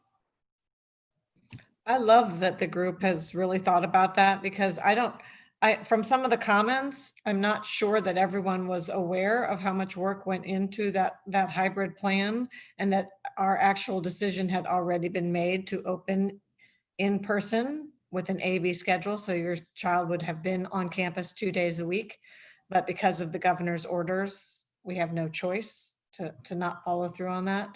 But I think the work that was done over the summer school and how well that was run, it's just, I think you're right that October 1st, we might not be able to make it, but if you know, our numbers go down in the county and maybe waivers change a little bit, you know, even if we end up starting, we're going to do first, you know, pre-TK through second grade the first week, and then the next week we're going to add second, you know, just being able to start that is really going to be amazing for families. So I appreciate that you guys had that idea.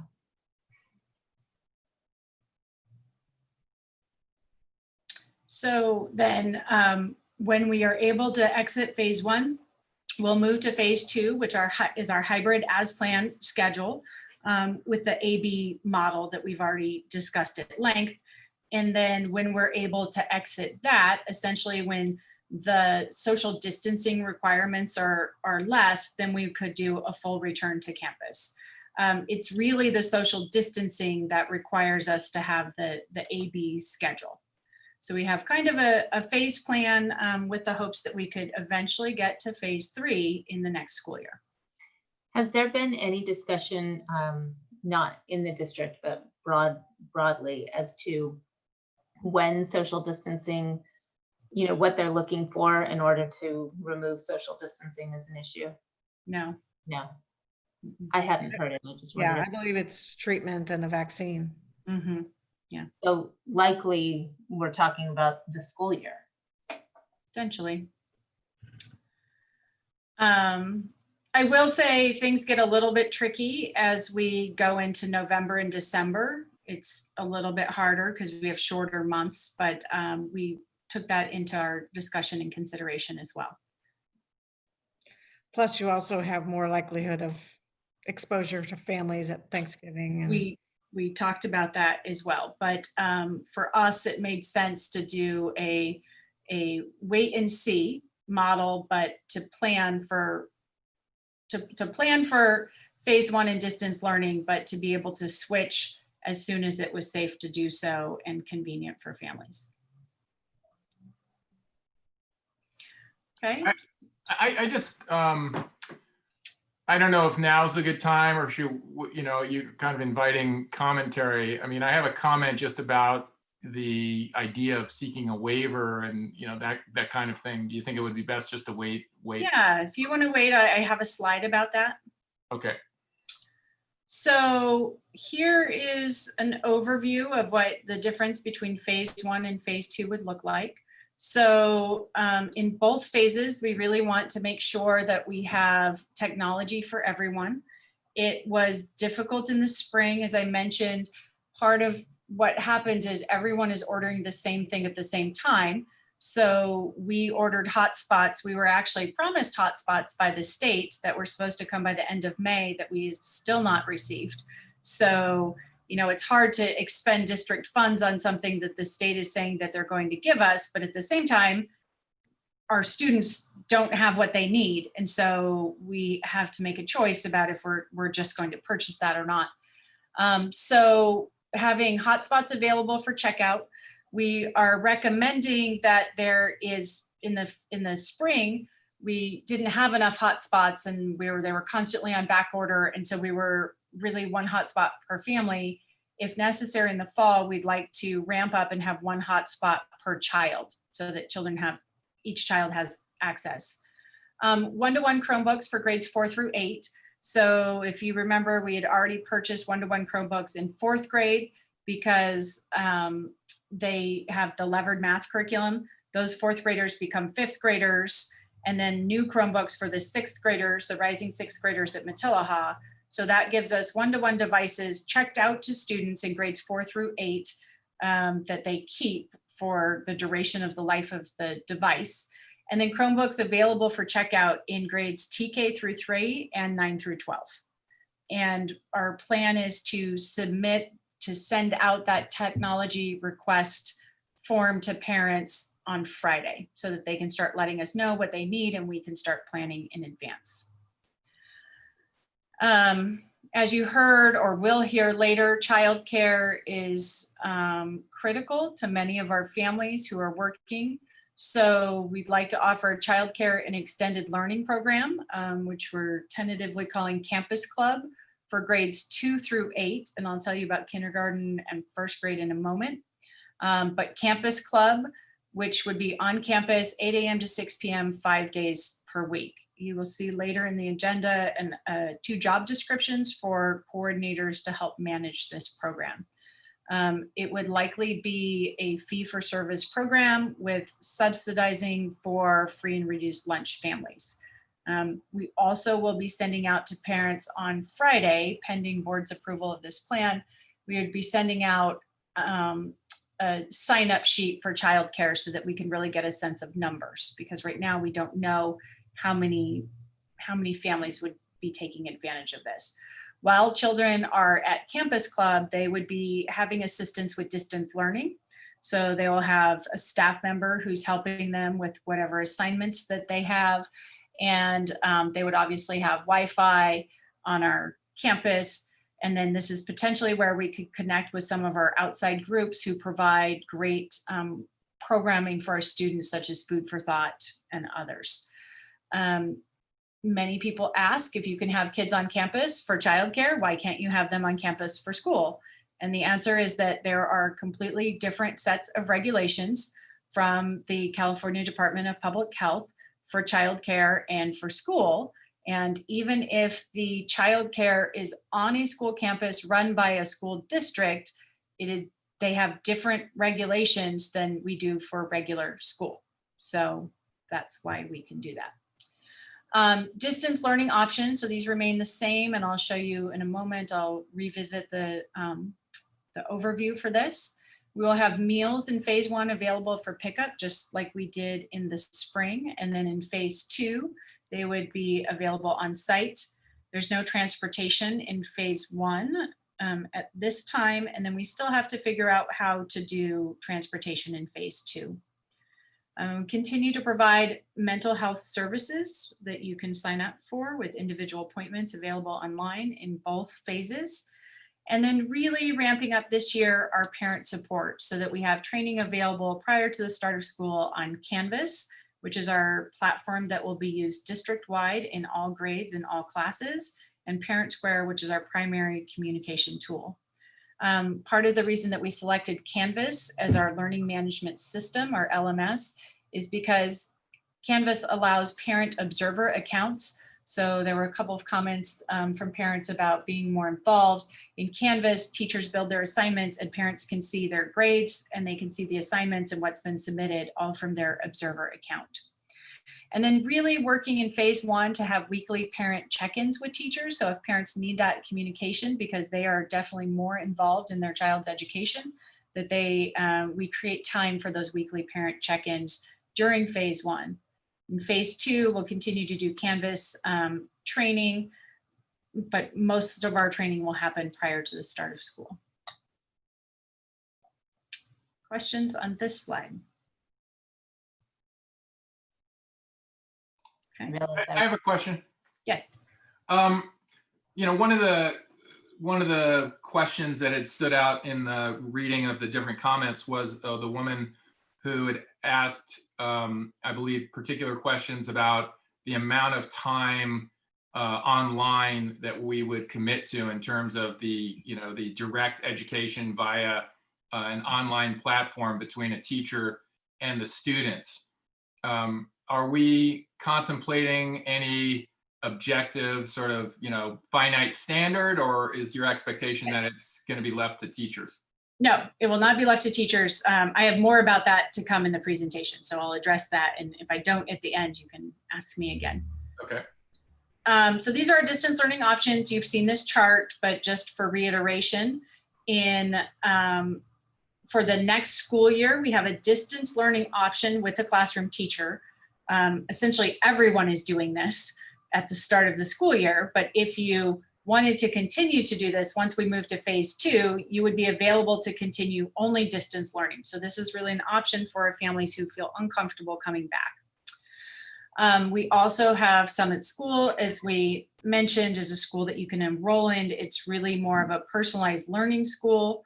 And then at Matilaha and Nordhoff, we have an online option, Matilaha Online and Nordhoff Online.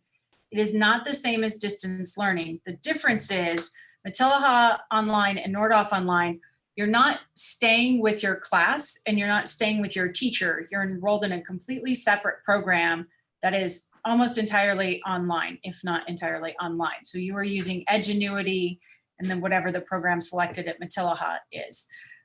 So you can complete your program kind of at your own pace, whereas in the distance learning model, the teacher's providing Canvas and they're providing lessons and they're grading the lessons, and you're really staying on track and on pace with your classmates.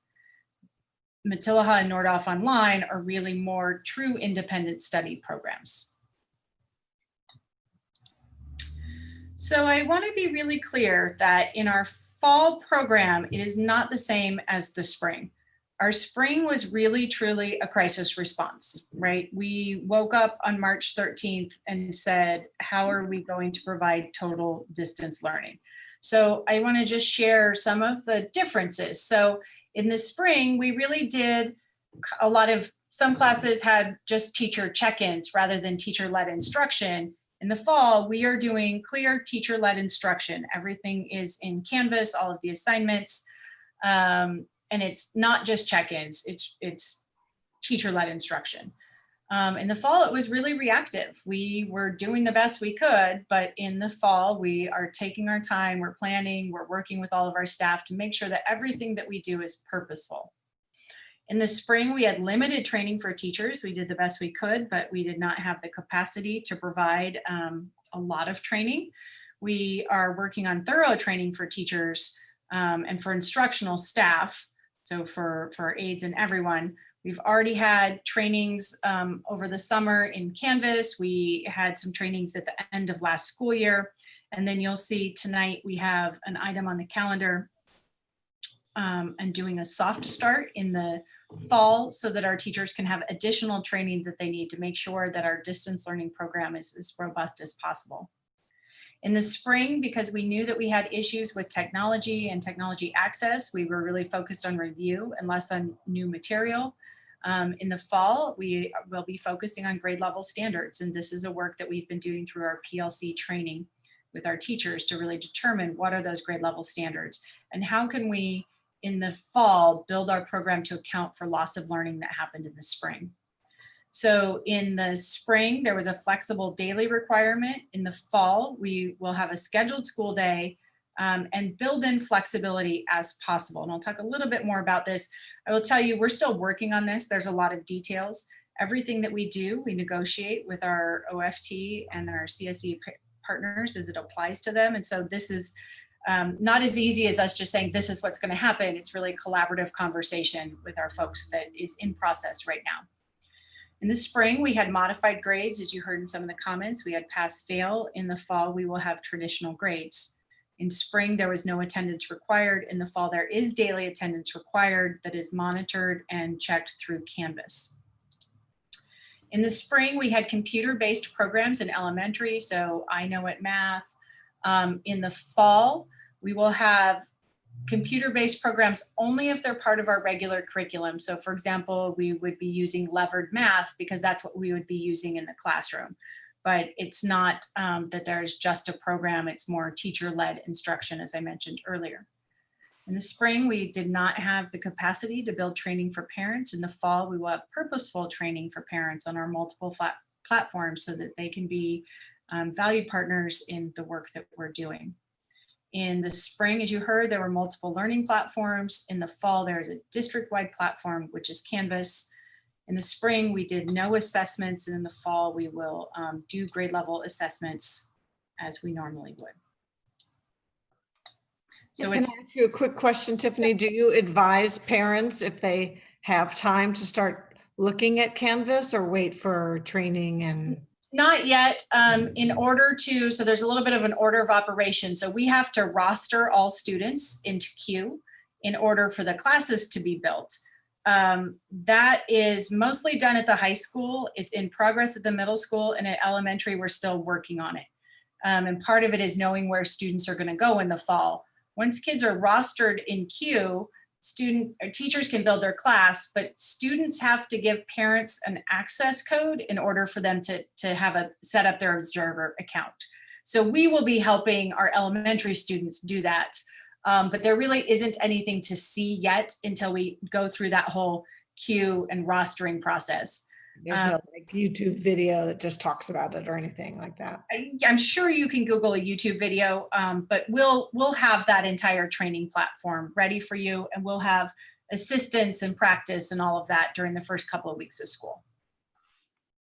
I will just say it's time consuming. As we've talked about, we had to completely rebuild our master schedule multiple times. And so because we're behind on the master schedule, I think we're fine, but it's longer than it would be. The rostering of kids into queue is also taking more time. So there's a process and it just kind of takes however long it takes, but we're working diligently on that every day.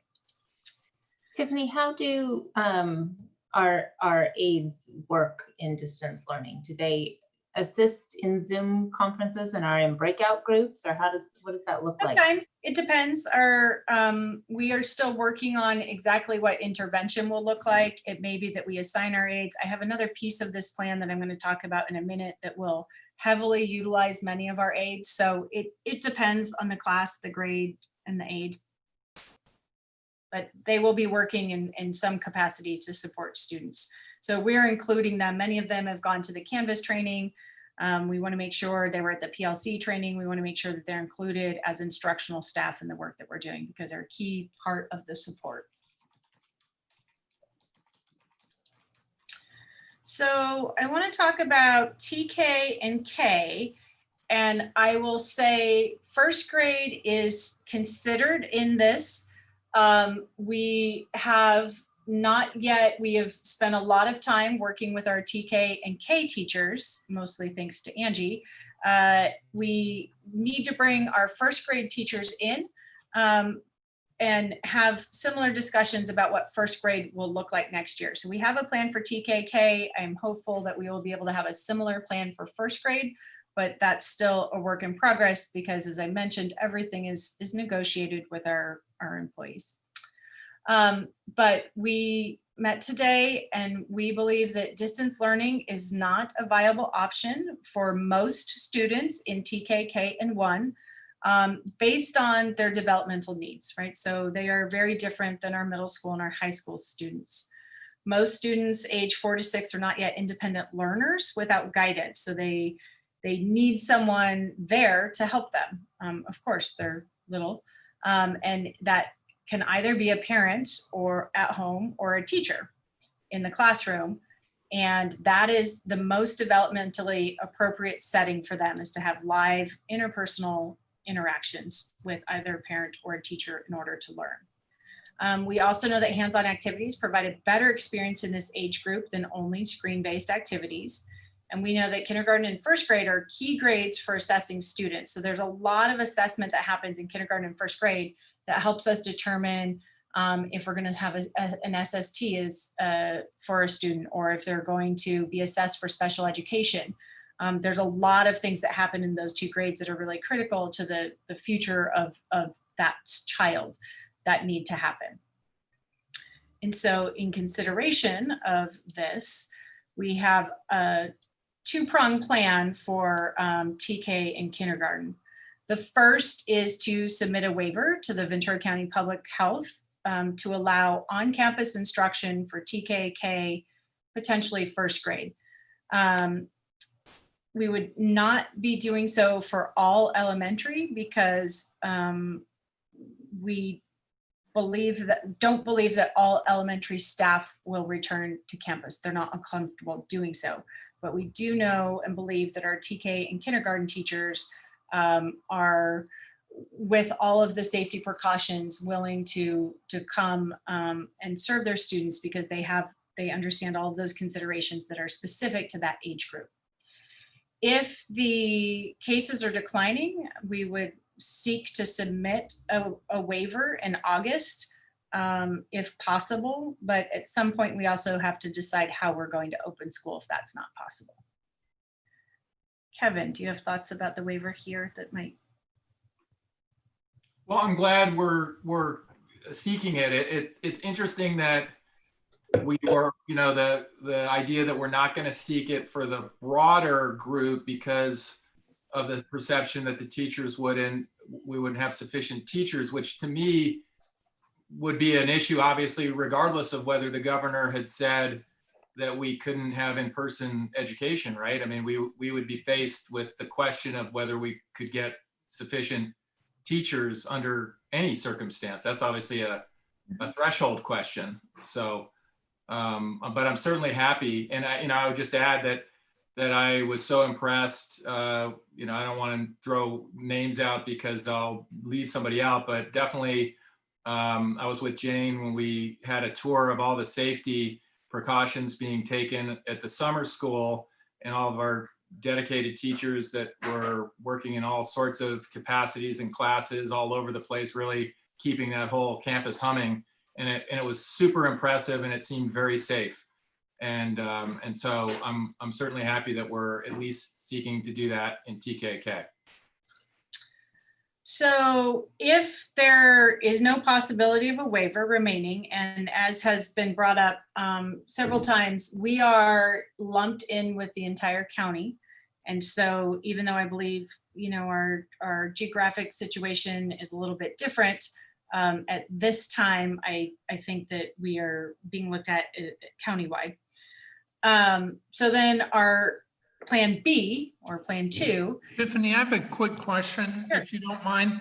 Do you have a section on special ed, or it sounds like many of the issues that apply to the lower grades might also apply to special ed. Yeah. Is that being considered, or? It is. Special education is very broad. And so what we can do for students depends on the needs of the specific student, right?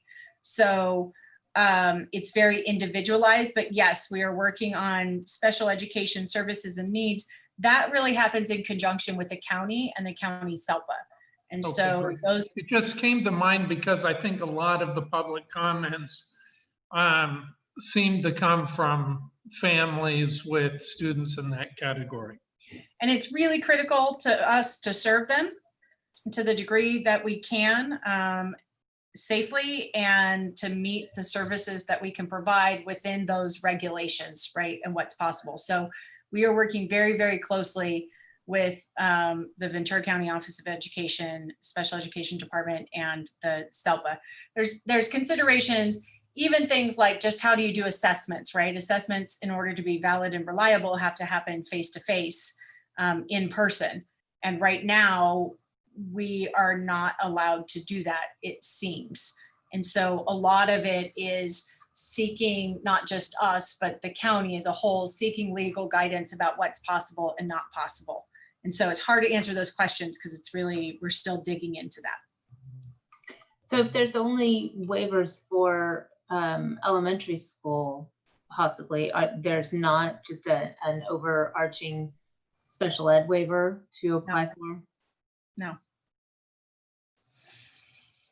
And is it possible with the TKK waiver that we can have elementary school special ed be involved in that as a way to bring those kids on campus? If the waiver includes elementary, yes, we could include special education, elementary special education in our waiver if that's granted. Yes, that would be part of our plan.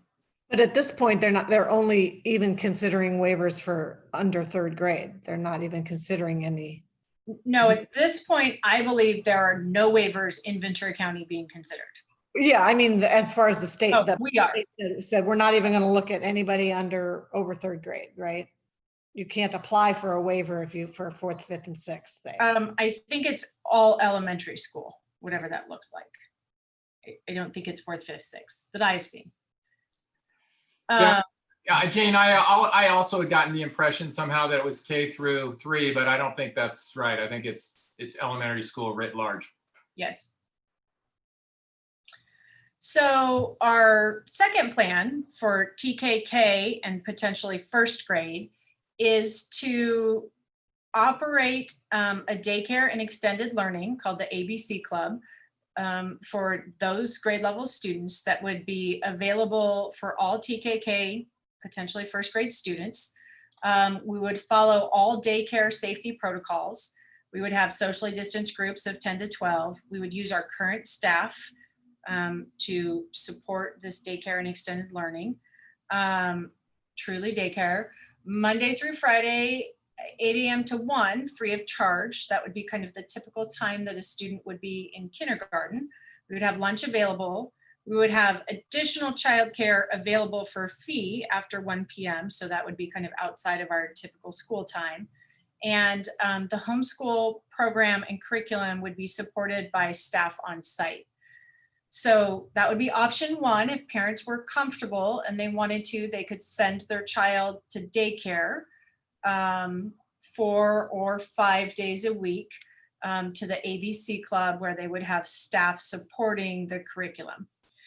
If they were not comfortable with that, we would have a homeschool support option. In the homeschool support option, we would have recorded lessons from teachers daily, weekly and daily schedules provided by teachers, packets or online lessons provided in modules through Canvas, paper pencil curriculum, so it's not all screen time, additional assignments submitted via Seesaw. So Seesaw is a program that's very easy for kids to use and to submit their assignments that are then feedback from the teachers provided to the parent to help with additional growth.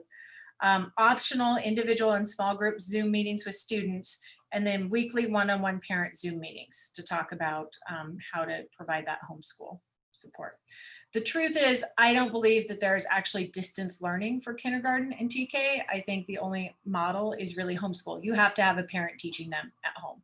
Distance learning implies a degree of independence that our very early learners just don't have yet.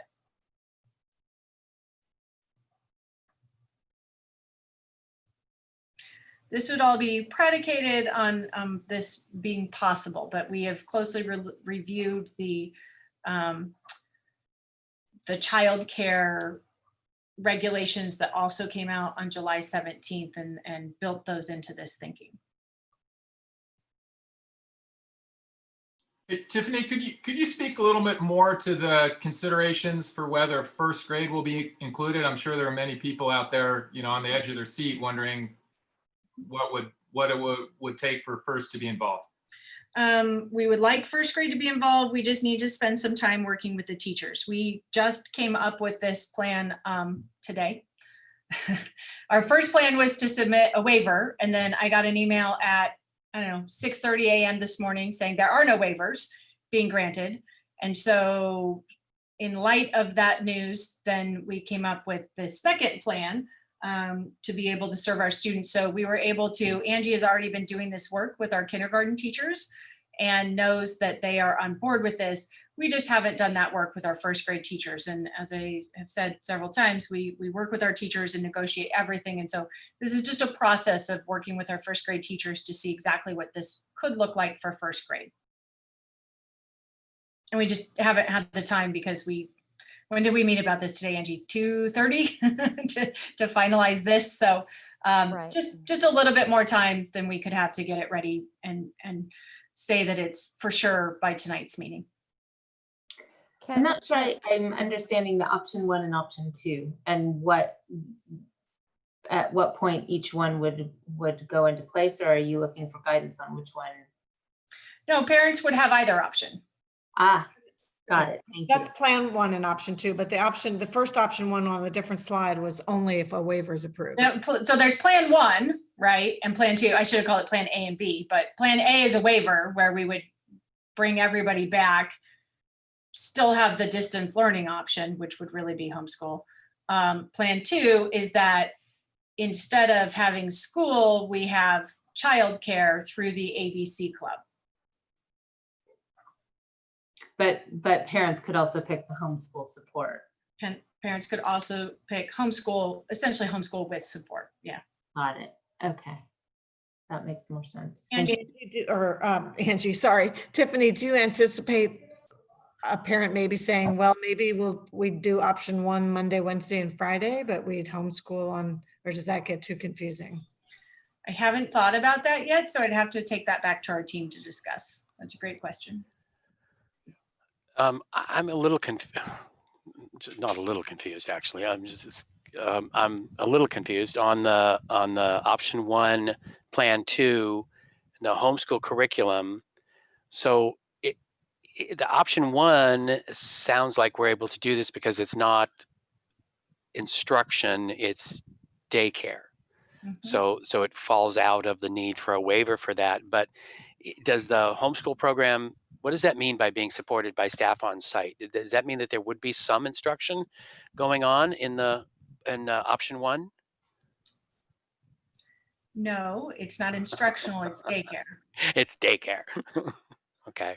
But we would be using our current staff, whoever is available, to staff the ABC club.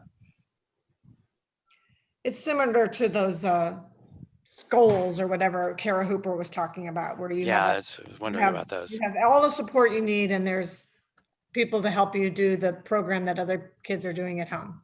Which essentially the only way that you could operate those would be if they were daycare. So it's daycare, but they have the online curriculum available to them, and then there are people around to sort of help them with it. Right. While they are at school in daycare, we are providing them with their distance learning, although I'm trying to move away from saying distance learning for TK and K. I really talk about homeschool, but they would be doing that at school with the support of staff in their daycare environment. Got it. Which is similar to after school programs often will help with homework. You know, that's not their main goal, but you can bring in your homework and do it there as well. But it is daycare. So in order to meet this staffing ratio, we would have aides who would be supporting us and potentially assigned to support these classes to have groups of 10 to 12. It will take more staffing to make this ABC club work. Right, so if we have a kindergarten class of 24 or 30, we would need 1 to 2.5 pods. So are you saying that we would have to hire more staff or reallocate staff? I believe that we can reassign staff to work in this capacity while we're in phase 1 of distance learning. And I would say if this isn't clear, I will work on providing some clarity to this particular chart. As I mentioned, it's a relatively new plan as of today, but if you are in support of it, then we'll work on creating documents that are very clear about this. I love it. I do too. I think you've been creative in terms of the maneuvering space that we have, and that's all we can ask. The good news about this is that we won't have so many kids on campus, so we have lots of rooms to use, and we have some outdoor space as well that we can potentially use to accomplish this. So space is not an issue as it would have been potentially if we had all elementary kids on campus and we're trying to have groups of 10 to 12. That makes it a little harder. That's why we had to have that AB day, right? But we don't have to have the AB day because we have empty classrooms because not all elementary kids are on campus. And so it sounds to me like the only reason to not extend this to other grade levels is whether we have teacher support and the staff that can do it and the space to do it. But Right. if we could figure out those two pieces, then we could extend it to first or second grade. I would say, I think we could extend it to first. Our plan all along has been to have kindergarten, TK, kindergarten, and first grade on campus. I am adamant that our youngest students need in-person instruction for all of those reasons that I outlined prior on a prior slide. So our plan has always been, and our staffing is set to make this happen. I don't believe that we would be able to have the staffing to do this at second through fifth grade, which is why we had that AB model in place for them. Right. Okay. So it's a pivot from our original plan, but it accomplishes the same thing of providing our youngest students with in-person support for their learning. Which is what we hope for and are striving for as much as possible. All right, so I want to share with you progress on our reopening committee recommendations. So if you remember in the fall, we had 75 employees who met to come up with reopening committee recommendations, which can be found online, but I took them and just wanted to share with you where we are in each of these. I won't go through all of them, but I think it's important for you and for our community who's watching to know what we're working on, regardless of if you can see all of that on the outside at this exact moment. So recommendation was to provide, this is from the distance learning group, provide a common learning platform across all grade levels, which we've done with Canvas. The green check means that we have completed that. Provide a platform for recording instruction. So there's a studio tool on Canvas that we are also providing training on. Our goal is that teachers are really recording themselves doing instruction, and that's available for parents to watch or for students to watch over and over again. We have offered for all staff the ability to, we'll purchase them the distance learning playbook or a couple of other books about how to do this, because as I mentioned, we hadn't had a lot of training prior to this. In the distance learning playbook, there's a famous researcher named John Hattie, and he looks at the effect size of different educational strategies and models.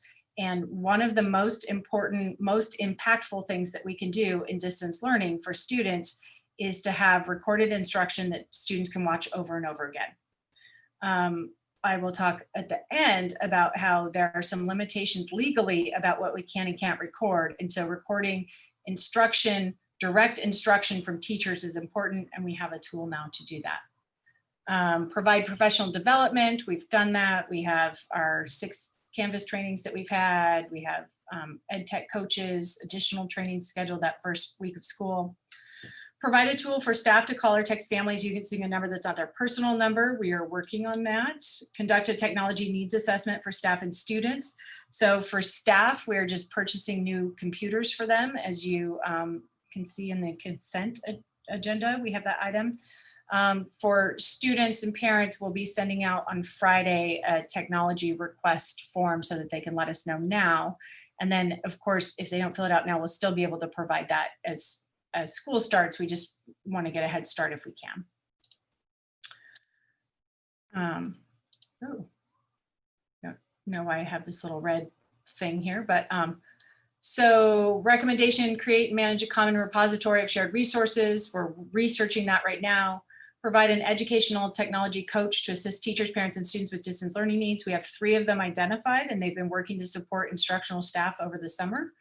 It is Bronwyn Cole-Michaels at the high school. It is Kelly Stone, the assistant principal at middle school. And it is currently Brenda Hill at elementary, potentially transitioning to another employee.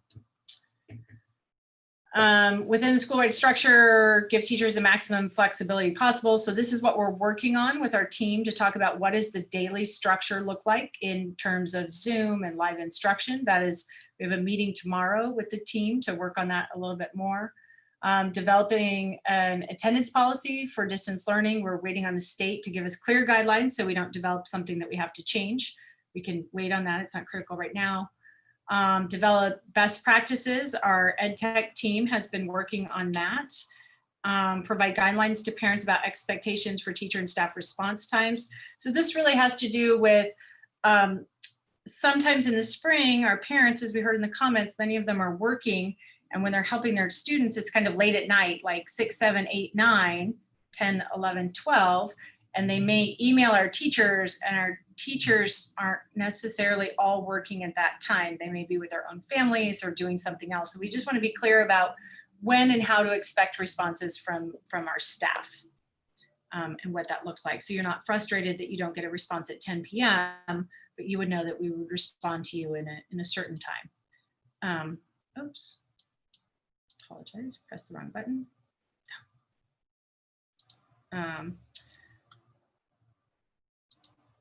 Okay, so moving on to the safety committee. So this is where we really piloted a lot of this in the summer. So enforce students and staff wearing masks. We did that in the summer. We had masks worn by all students. Really, one had a medical exemption.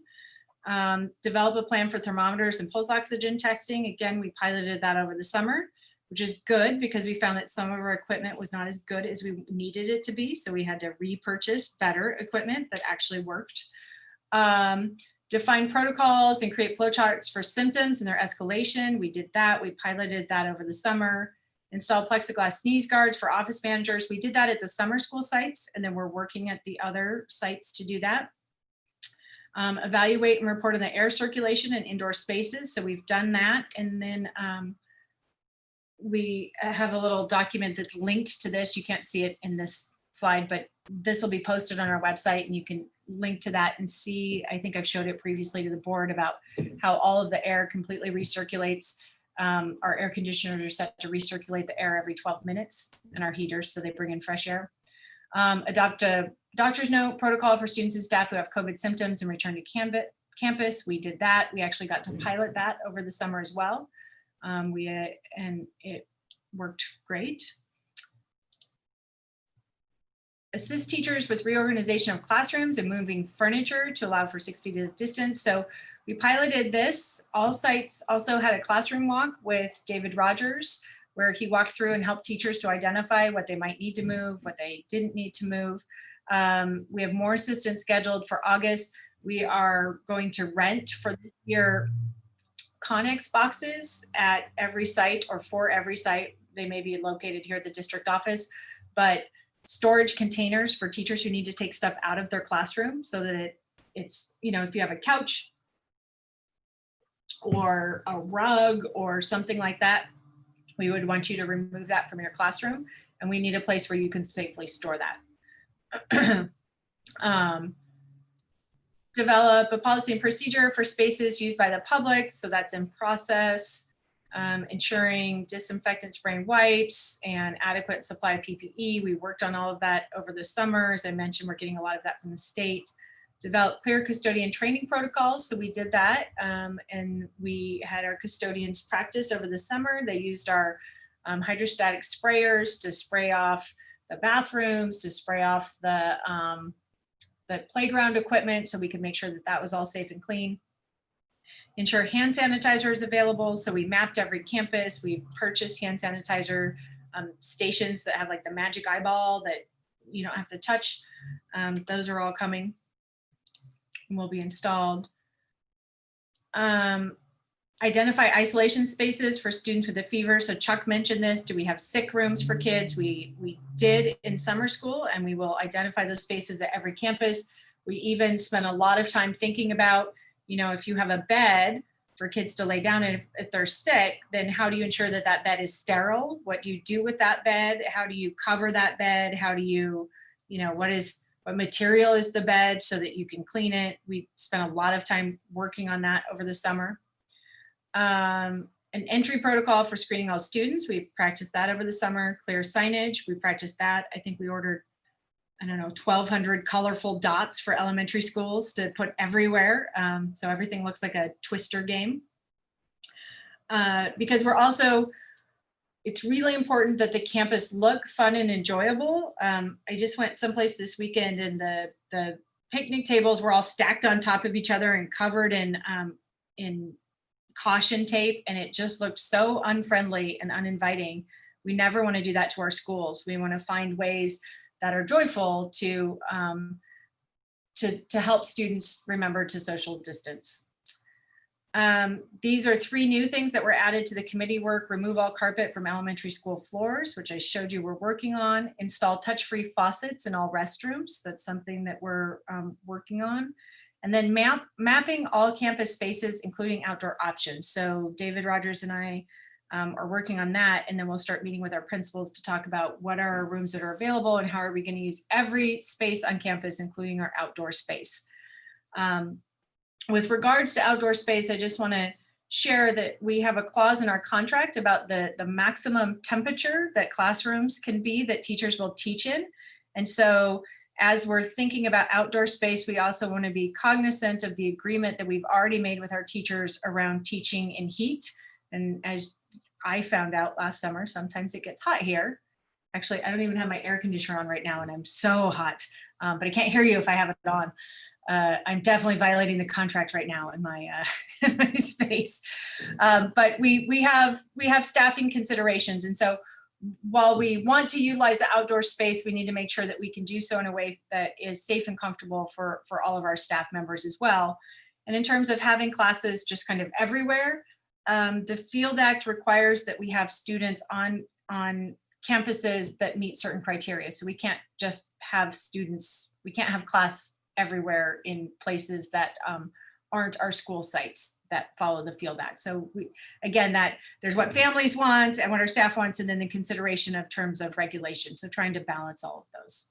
And I would say as a parent of kids who get sunburned easily, that heat doesn't just go for staff, that kids don't learn well in that environment. It's a very difficult environment.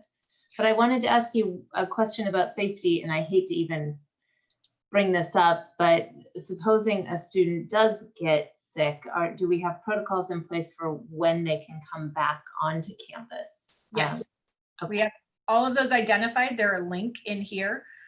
We worked with the health department, and we worked with our nurse and our nurse technician, and they worked with the Ventura County Office of Education and the California Department of or Association of Nurses, and we have a protocol about when you can come back. Again, we got to practice that over the summer, and it worked well. But you know, if we had a student with a fever, upon check-in, we send them home.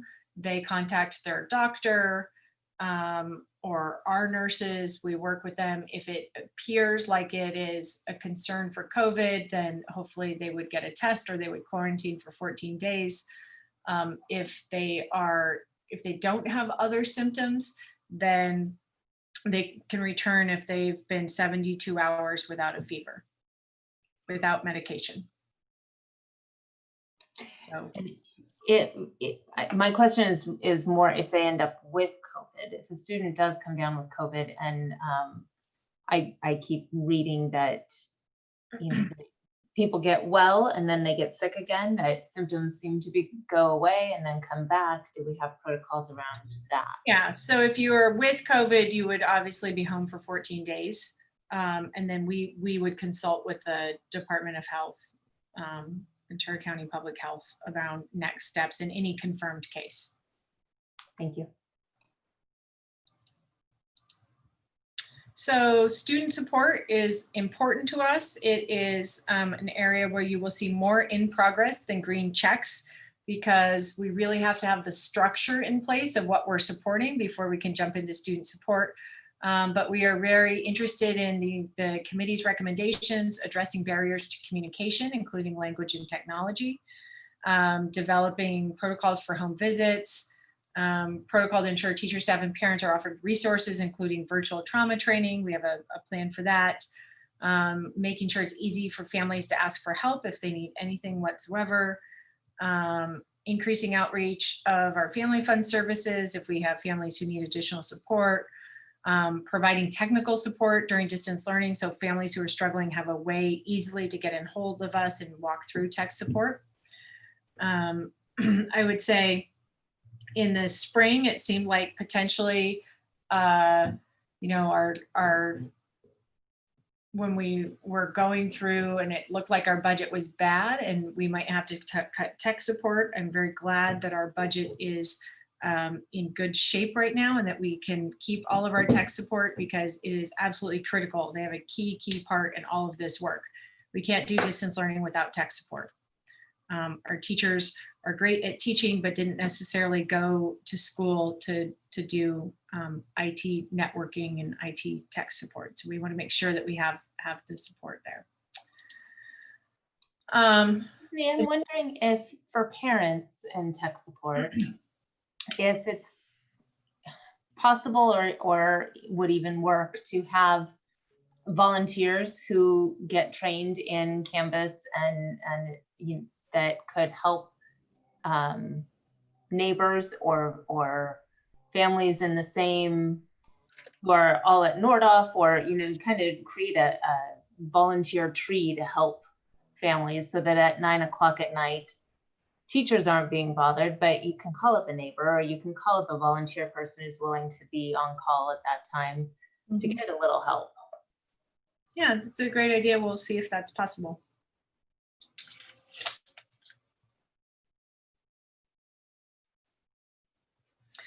The committee recommended that we form a student advisory and a parent advisory group. We don't have those groups. We do have a parent advisory group. We did meet with them. The student advisory group is something that we'll be working on kind of when it's not over the summer, but we have made an effort to engage parents through the town hall meetings. We had a town hall meeting for students. I engage with parents on social media, really trying to make sure that they have a voice. Establishing a social emotional learning curriculum at Nordhoff. Tiffany, I have to mention, why aren't parent teacher organizations parent advisory groups? They are. So I think there are some pre-existing organizations of parents that we can take advantage of. Mm-hmm. So we have a district parent advisory group, and that the parent teacher organizations do a lot of advising through like the work that they do on the school site plan and those kinds of things. And so as we have more of this, definitely we involve them in the process through the site level. I think our various parent organizations have done lots and lots of stuff, and I think there are lots of people chomping at the bit to be involved in, in the spirit of what Shelley said. I think you would find a lot of volunteers who are willing to work on various things throughout those different organizations. Mm-hmm. Yes. We want to make sure that we connect with parents who, this is kind of an internal thing, but parents who may not have indicated a language preference, and we want to make sure that all of our families get Parent Square messages in the language of their choice, in the method of their choice. So either through text, because Parent Square messages can come through text, they can come through email, or you can get them on the app. So it depends on your preference, but we want to make sure that we reach out to all families and they know how to do that so that they can get text even if they don't have internet access. Deploy the social emotional learning curriculum across all grade levels. Consider a plan for using our mental health staff to hold community circles. And a couple of other things. So working with those students who are falling in the gaps, that's really important. We're working on a plan for that. We don't have it set yet, but that is critical to us. If possible, have something like a learning lab, which would be kind of like your school model where parents or kids can schedule a time to come online or come use the internet or have assistance. Not sure what's possible and what that would look like and be called. It might be called daycare, which is a little bit of a hard thing to set up and manage daycare at high school. But that I believe is the only way right now that students are allowed on campus. And so we have to just look into all of the factors and what's allowed and what we can do at that point. My kids aren't watching this, so I can say that as a parent of teenagers, I could make a good argument for daycare at high school. I think it's possible. Yes, we just have to do some more work to get there, right? And we really want to make sure that whatever we're setting up is within the parameters that are allowable.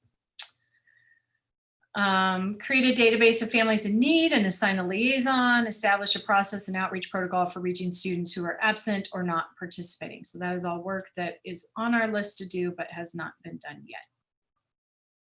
Just a few other considerations to share with you. We're continuing to work on our plan for athletics. As you know, likely know, the CIF issued a ruling, I believe on Monday, or it could have been 5 years ago. I can't tell, it all blends together, but I think it was Monday. Saying that readjusting the timelines for fall sports basically into winter and spring, we have to then work really hard to make sure that we have enough fields and space to play all of those sports at the same time, right? Because if you think about girls and boys basketball, volleyball, soccer, football, everything, you know, we only have so many fields and so much space. And so trying to work out a schedule, also to figure out how to do transportation during that time. There's a lot of logistics work to be done around athletics, let alone, you know, practice and all of that stuff. We're continuing to work on the best plan to provide SPED and EL services. As I mentioned, that really is happening in conjunction with the county and the SELPA. We're excited to work with our outside agencies to provide additional learning opportunities. I'm grateful for everyone who has reached out to us with offers of support.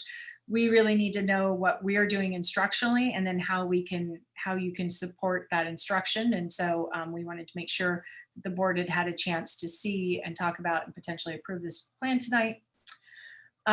Just a couple of other things that are of note. Legally, we cannot record Zoom meetings.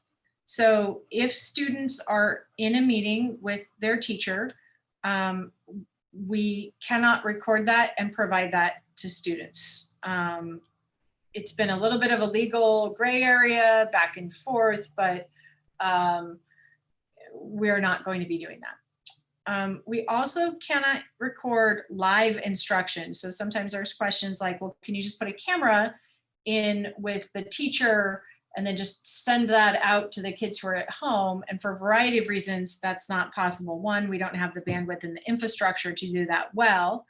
I tried to have a meeting yesterday with some people on Zoom, or I don't know, 2 days ago, with some people on Zoom and some people in the room, and it was a disaster. So we definitely don't have the technical capacity to do this. We also, teachers have to give permission in order to be recorded. And finally, there's another reason why it's not possible. I can't remember at the moment, but it's beyond our capacity at this moment and beyond what we have agreed with staff. But does this not go against what you said earlier? Because I thought what I understood you to say with Canvas was that there's a studio components that teachers? So that is recording a teacher doing direct instruction. It is not recording a live classroom. Okay. That's the difference. So the Okay. live classroom is really, we have the same issue with the live classroom that we have around creating a student record that we have with Zoom. So that's another issue. As I mentioned, we have limits of where we can hold school. Unfortunately, we can't just have school anywhere, even though there are amazing places where we could potentially have school. We have some rules there. And then I just want to share that we are working daily to develop more detailed plans and to communicate those plans. We also want to make sure that whatever we put out is as solid as it can be given the information that we have at the time. So we don't want to put out things that are, are not vetted with our staff. And so it's a little bit of a process and it takes some time to do that. But as soon as we have information that we can share, we will. So for example, with special education, we're working on it, but we don't have a plan yet that we can share. Tiffany, can you clarify? I was sort of with Shelley in terms of not understanding the point about the live instruction. What is the perceived problem with that? I wouldn't expect that we would, what would be the use of recording live instruction? Why is that a problem that we can't do that? So sometimes people ask if we can record the class, the entire class live and send that out. So there's a number of things. One, we can't record teachers without their permission. Two, we would potentially be creating a student record as well if students are saying, depending on what happens in the class, right? Three, the technology, just the cameras required, the bandwidth required would be significant. The other thing is when students are in class, they shouldn't be just getting a lecture the entire time. When students are in class, they should be doing group work and small group instruction. And that's not very fun to watch in terms of live instruction. So it would require significant investment in resources for what our team has decided is not a significant payoff for students. No, I agree with you. My point was just, I think Shelley and I both had the impression what you were saying was you can't record the teacher giving a lecture, but that's okay. And the teacher obviously will agree to do that if they choose to do that on Canvas. Right. And you're just saying that if someone after the fact had wanted to go back and re-look at the class in which they'd participated in, having recorded it, that won't happen. Or maybe a kid who's sick, who wasn't able to actually participate in the Zoom, won't be able to just watch the Zoom of her class. Right. Okay, right. Got it. Yeah. Teachers recording themselves doing direct instruction is not the same as live, and it's not the same as a recorded Zoom. So there's kind of multiple levels of it. And that is the end of the reopening plan as of today. I just want to say that again, so much work, but I really appreciate how collaborative the process is, so that we're not trying to bring teachers on board at the last minute, that they're part of the conversation. I think that's very important. And now we're hearing from parents and we know what their desires are, but we're working to hit all your triangle at the beginning and make sure we're doing what's best on all those three fronts. So I appreciate that. Are there other questions? Well, I also want to, incredible amount of work, lots of detail, impressive amount of thoughtfulness in this. I did want to say, you brought up and probably preempted, obviously, some conversations you've been hearing about people saying, why can't you just teach outside categorically? But I still wonder, and I know some teachers have talked about the real difference this coming year, starting online as opposed to last spring, as ad hoc as it was. You're still dealing with kids who already had a relationship with the teacher. And so at least, having to go online was going online with someone you'd already met. And I do wonder if the kinds of waivers that we might seek wouldn't necessarily have to be all or nothing. In other words, we might not have to, I mean, I appreciate and I hope we get a waiver for TK, K, and 1, but we might say, we just want a waiver to be able to have our kids meet with their teacher every other week, for a couple of hours, or, maybe on the field, maybe doing kind of PE type stuff, but at least having the opportunity to sort of meet with the teacher physically present and in a socially distant way, that kind of thing. I just wonder if we could find ways to bring the kids and teachers together, even if it's not in a formal educational context so much as kind of just getting together, being around each other, talking, sharing. That seems like that would be a less heavy lift than full blown, we want a waiver to go fully in person. Potentially, I would just want to think through what that looks like and liability and all of those kinds of things. But yes. And I'm hearing Kara's voice in my head that you read earlier in the letters that came in about hotspots. I'm concerned about internet access for families. I'm really hoping, I know giving hotspot per student instead of per family is a step in the right direction. I just hope we are testing those and making sure there's internet access. And I'm wondering if partnering with potentially the libraries that were doing homework help in the afternoons, just to have internet access at the library, if they have outdoor spaces where internet access can be had for families that need it, if we can't bring them onto campus, or if we could do it on our campuses. I don't know what that looks like, but that is part of our consideration. It was on the list. It just, we have some work to do to be able to say whether that's possible or not possible. Right. I just want to thank you for what seems to be a very well thought out plan that's also very flexible. I know the detail required is difficult when the circumstances change every week or day. And so it's admirable that that you've done this, that our teams have done this, that the teachers and staff have worked together to come together to try to figure out what's best for kids. Thank you.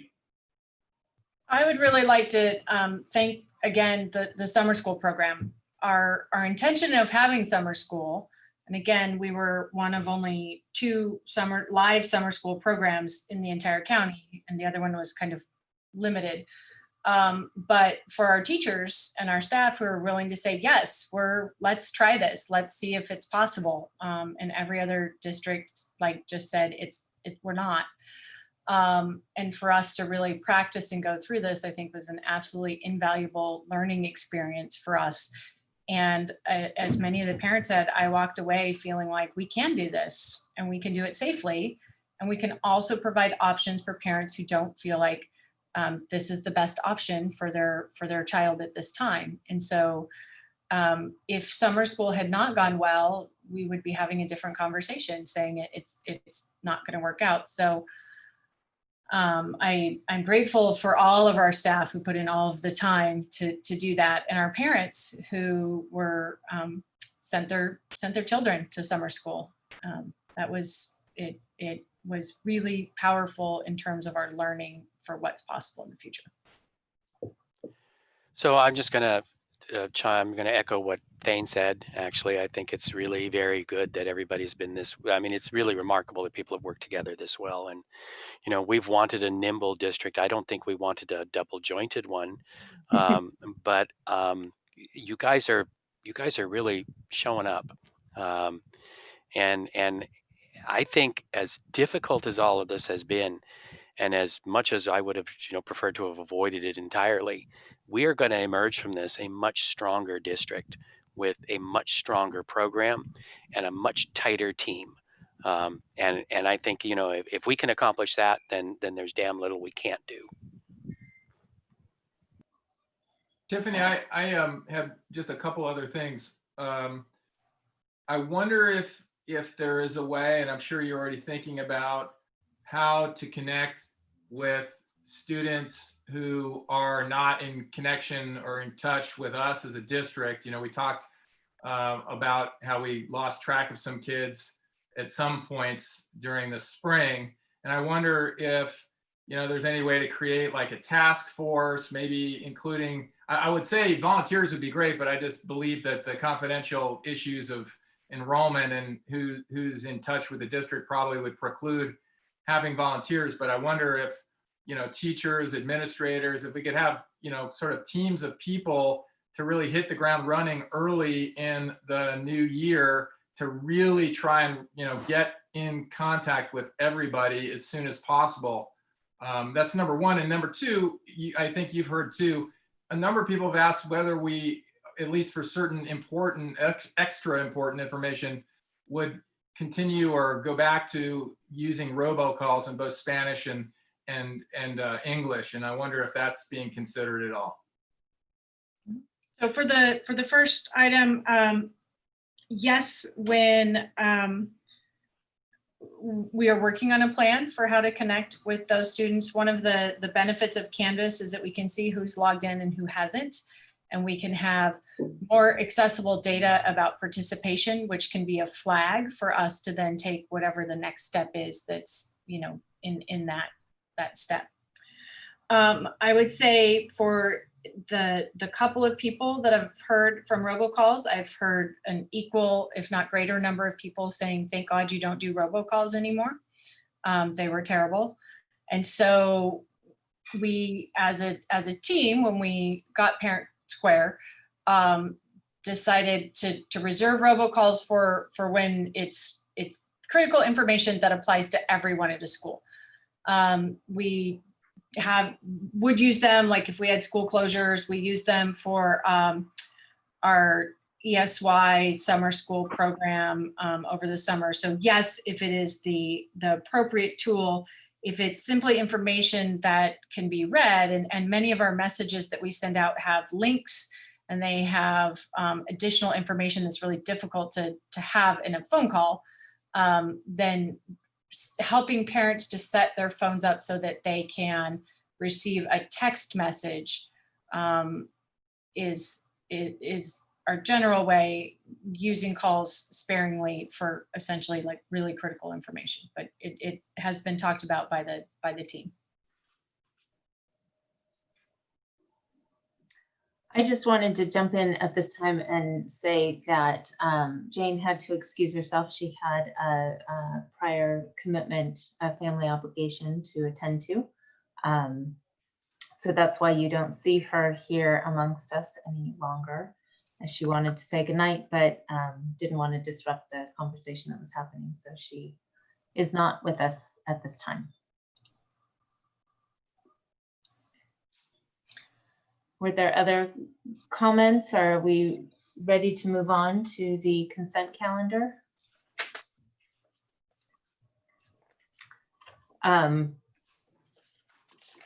So originally at the beginning of the evening, we were moving the Student Advisory Council discussion to right after the reopening committee. Jane asked that we postpone it to next month since she can't be here to have that discussion. I don't know the protocols around that, but if it's all right with everyone that we move that item to next month, we will move on to the consent calendar. I have no objection. Okay with me. All right. Okay with me. Sorry. And if couldn't find my mute. And if there are no comments, I'll move to approve the consent items. I'll second.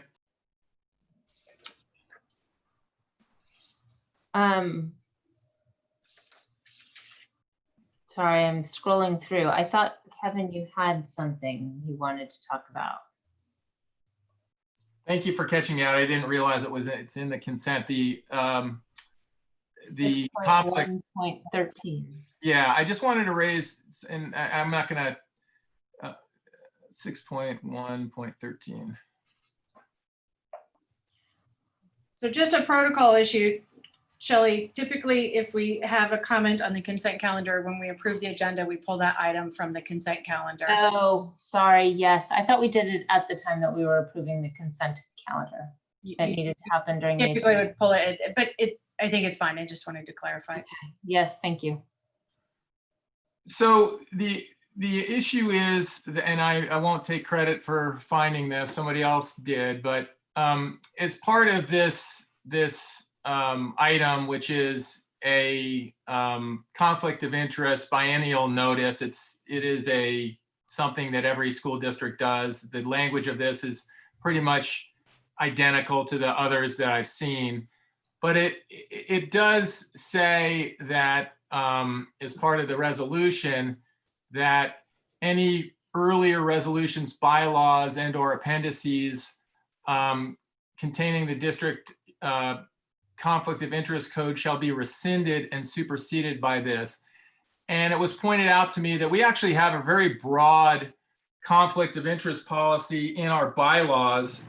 And it's broader than anything that's in this resolution. It says, the Board of Education desires to maintain the highest ethical standards and help ensure that decisions are made in the best interest of the district and the public. Accordingly, no board member, district employee, or other person in a designated position shall participate in the making of any decision for the district when the decision will or may be affected by his, her financial, family, or other personal interest or consideration. That's quite a bit broader than this language, which is, as elected officials, we're all fairly familiar with this. This is, talks about designated positions. We as board members are in a category 1, which is the highest category for disclosure. But it doesn't, this is broader than that. It goes beyond people like us and goes to pretty much any district employee, being in a conflicted position with respect to some decision of the district. And it seems to me it's a great policy. And so what I would suggest is that we just take out the rescission language and let them exist side by side. I don't object to that. I don't either, because this is really about disclosure of potential conflicts of interest, not really a conflict of interest policy. Right, and so maybe you could argue that even that language wouldn't rescind this policy, but in an abundance of caution, I certainly wouldn't want the effect to be that. So I agree. Yeah. So I don't know if that means we have to bring it back with edits, or if we could make that modification and approve it. I think, can we vote to approve it with that modification? That would be my preference. So I'll move to approve with that modification of just eliminating the That one reference phrase, to rescission. just that one clause in the resolution piece. Correct. Last whereas. Right. Correct. I'll second that. All in favor? Kevin? Aye. Michael? Aye.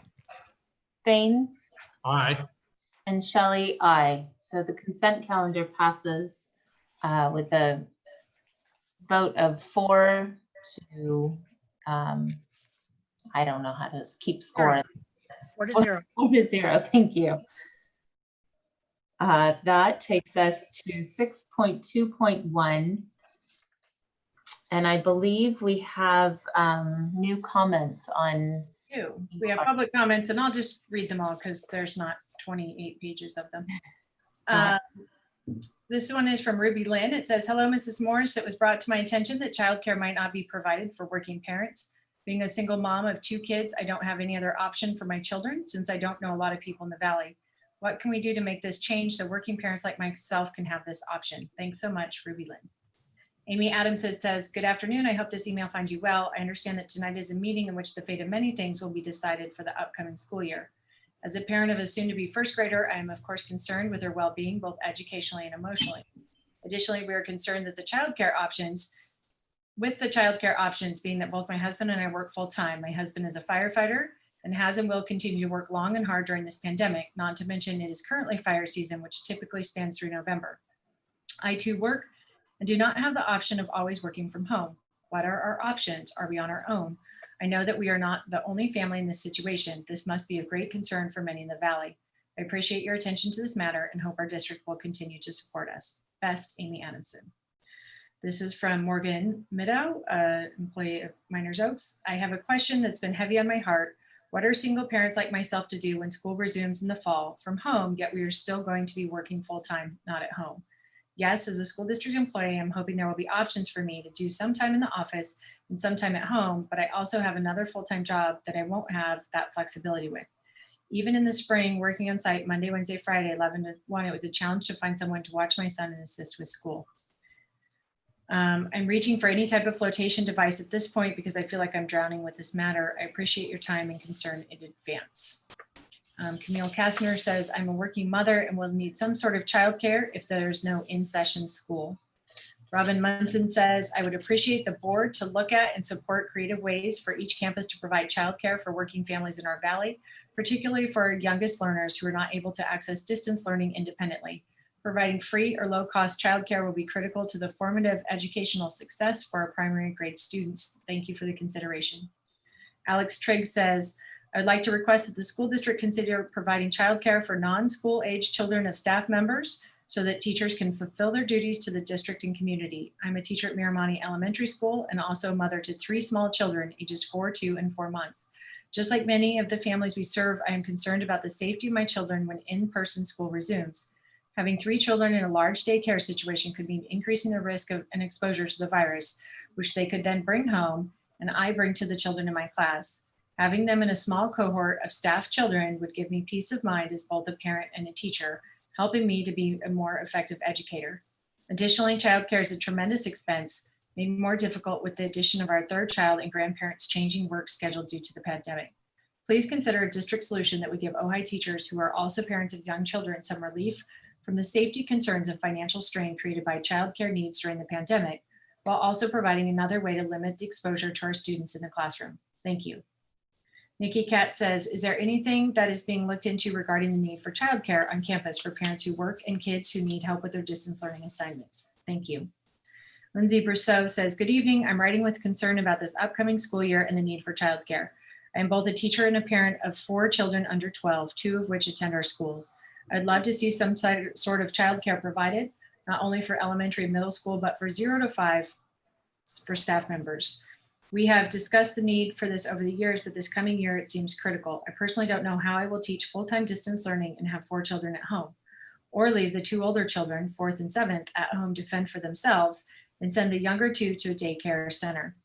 There are downsides to both of these options. My younger children will be exposed to people and things beyond my control, which in turn could affect not only our household and my ability to teach should someone contact the virus contract.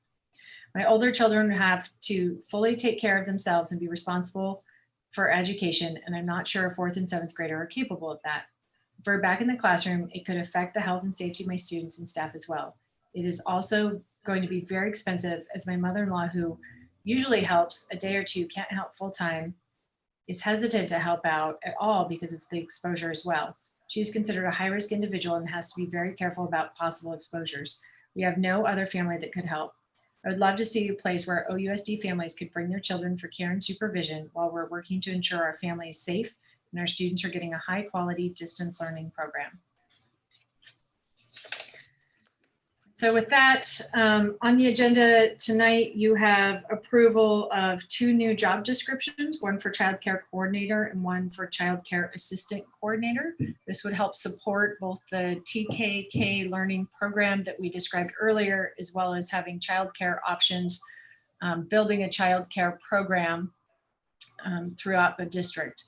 We need a coordinator to ensure that we are providing distance learning activities to support all of the to support making sure that it is a quality program, that children who are in childcare aren't just sitting in a room, but that they're really being supported with the learning that should be happening. We don't yet, we have a draft budget for these two positions. We're working on Friday and sending out a message to families so that they can start signing up for childcare. Once we have numbers of families who are interested, we will have a little bit more of a solid budget. We anticipate that part of the program will be fee for service and part of the program may be subsidized. I would say that almost every district in the county is providing childcare for employees that I know of, because it's a critical issue as their children are not in school. So yesterday there was a email chain going around through all of the superintendents, and I believe everyone that replied is providing childcare. There's been a question about, could we partner with another organization? It is possible. We feel like, because part of the childcare is really addressing the distance learning options, that we want to make sure that the program is under our control as our employees, and that we're able to really seamlessly support the distance learning that we're expecting to be supported during that time on campus. These two positions would be temporary and may also be able to be funded out of CARES Act funding or other state, one of the 3 state COVID funding buckets.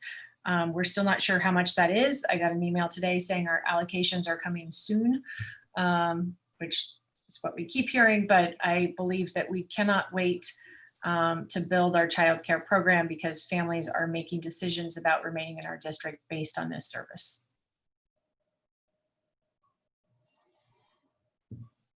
Are there any questions about this? Go ahead. Yeah, I just want to circle back to the funding. When you said this, do we know that it? Okay, let me try this again. Do we know that this will be cost neutral for us based on other funding, or is it potentially this going to hit our general fund?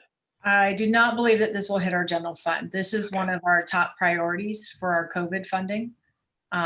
Although, you know, we have a lot of needs, but this is a big one. Yeah, this is on the top of the list. Like, devices and childcare are 2 probably biggest needs. I think that the fee structure can be adjusted so that it's more or less self-supporting, but I also want to be sure that we are taking in consideration our families who are on free and reduced lunch, and our employees who, you know, it's difficult to ask them to pay to come to work because our schools are closed, right? They would potentially be paying for children who are younger than 5 anyways, but they would not be paying for children who are 5 and older because they would be in school. And so I want to try and build in a reasonable and fair fee structure that makes sense. Kind of like the same thing in the TK kindergarten, right? It's free during the day when you would be in school, and then if you're beyond those learning hours, there would be a fee if you choose to take advantage of that. So to be as cost neutral as possible. And right now we're really just approving the job description, but as the childcare option gets fleshed out, there's more opportunities for board input at that point, correct? Yes, but we need to hire. You approve the job description, the Personnel Commission has a piece of the process, then we have to advertise, then we have to do interviews, and, you know, before we know it, school's starting.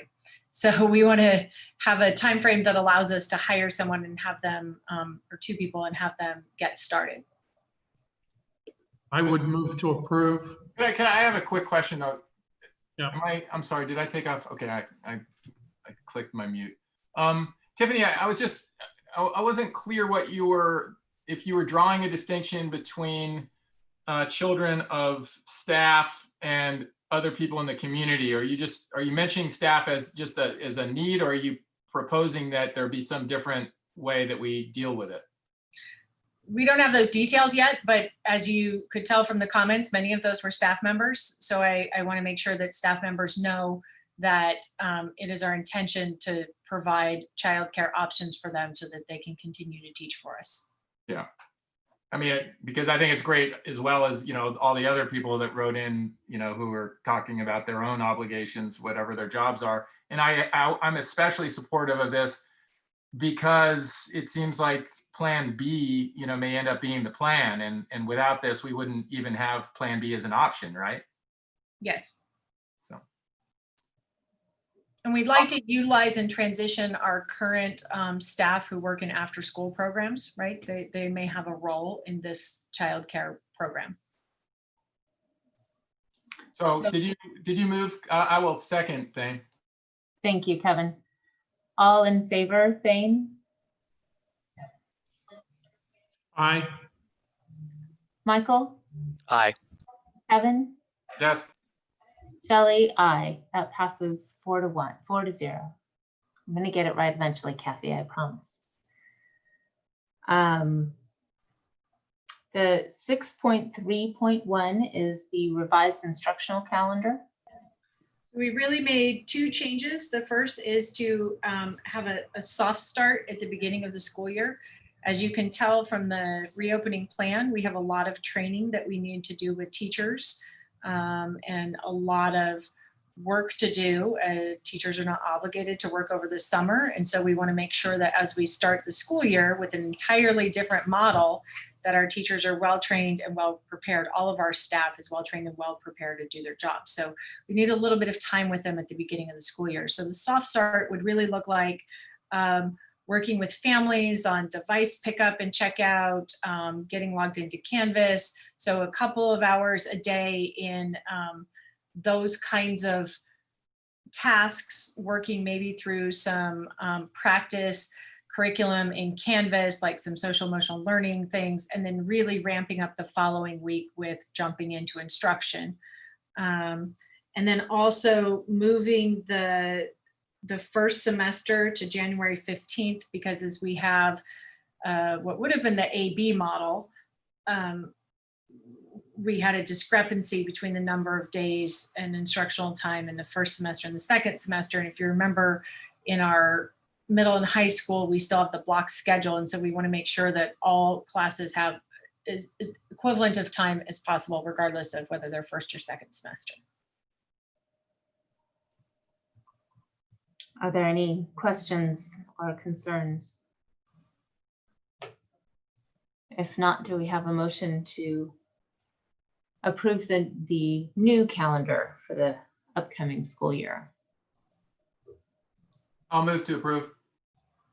I'll second. Thank you. All in favor, Thane? Aye. Kevin? Yes. Michael? Aye. And Shelley, aye. That passes unanimously. 6.4.1 is the approval of the revised budget. And thank you, Taiwo, for sitting through all of this tonight to be with us for this portion. So I'll just give an introduction, and you can ask Taiwo any questions that you have. Essentially, the budget that you approved in June was based on the old governor's May revise and those cuts. We received a new budget from the state. We were able to enter into our system the revised revenue projections, and we end up with a balanced budget that does not require the significant cuts that we were discussing in March and April and May. And so this is the proposed revised budget that we would be submitting to the county. And do we expect any more revisions coming to us and from the state level? Not well, so we'll know at some point, with any luck, we'll know how much COVID related funding we get. There's 3 buckets there. And as always, we'll have our first interim report, which will have a better projection of our end of year spending from the 1920 school year. So we are closing the books, but we don't have everything accounted for yet. It's a process that takes a couple of months. So at first interim, you will probably likely see those 2 significant changes. And the main change, as I understand it, is that we're now in a position to meet our contractual obligations to our employees. We no longer have to consider $800,000 of cuts that come from somewhere. So we're effectively just, paying according to the agreements that we entered in, and moving in step and column, et cetera, as we promised. Because we had already made cuts, and we staffed a ratio throughout the district, we didn't have to make those cuts. Were sufficient enough to cover the increased costs that we have this year, since we didn't get any increased revenue. So those cuts that we made very early on in like March were able to help us with this balanced budget, even though we have our revenue remains neutral from last year. And our expenses have gone up because we have increased person stirs, health and welfare, et cetera. Step and column.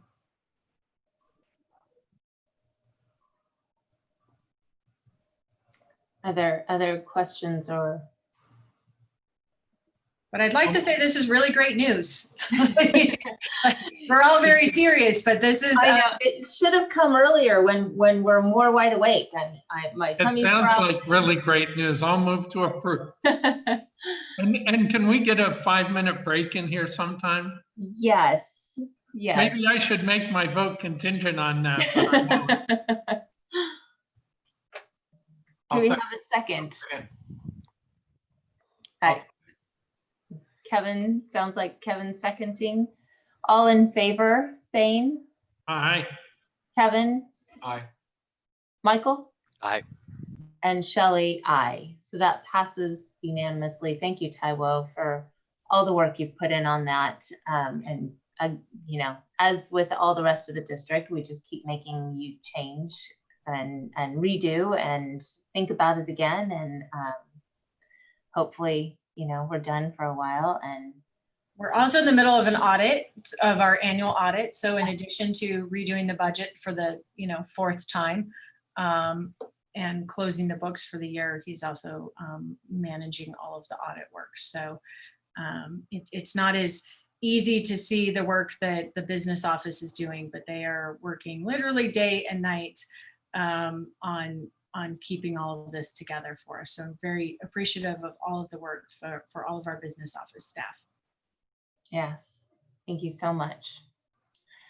And we will take a 5-minute break. Thank you. Thanks.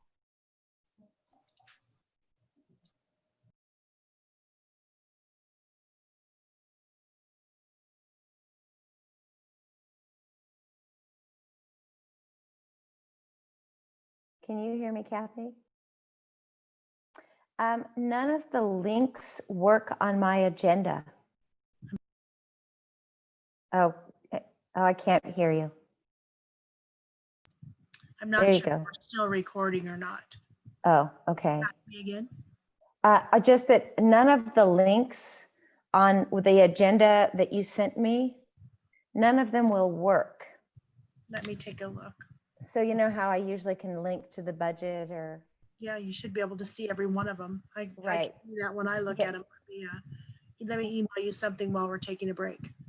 sure, okay, but you should take a break, Kat. You know what? You don't have to do it now. Just tomorrow, we will Okay. be fine. Figure it out. Don't take a break. It'll take me a moment to send you an email. Okay.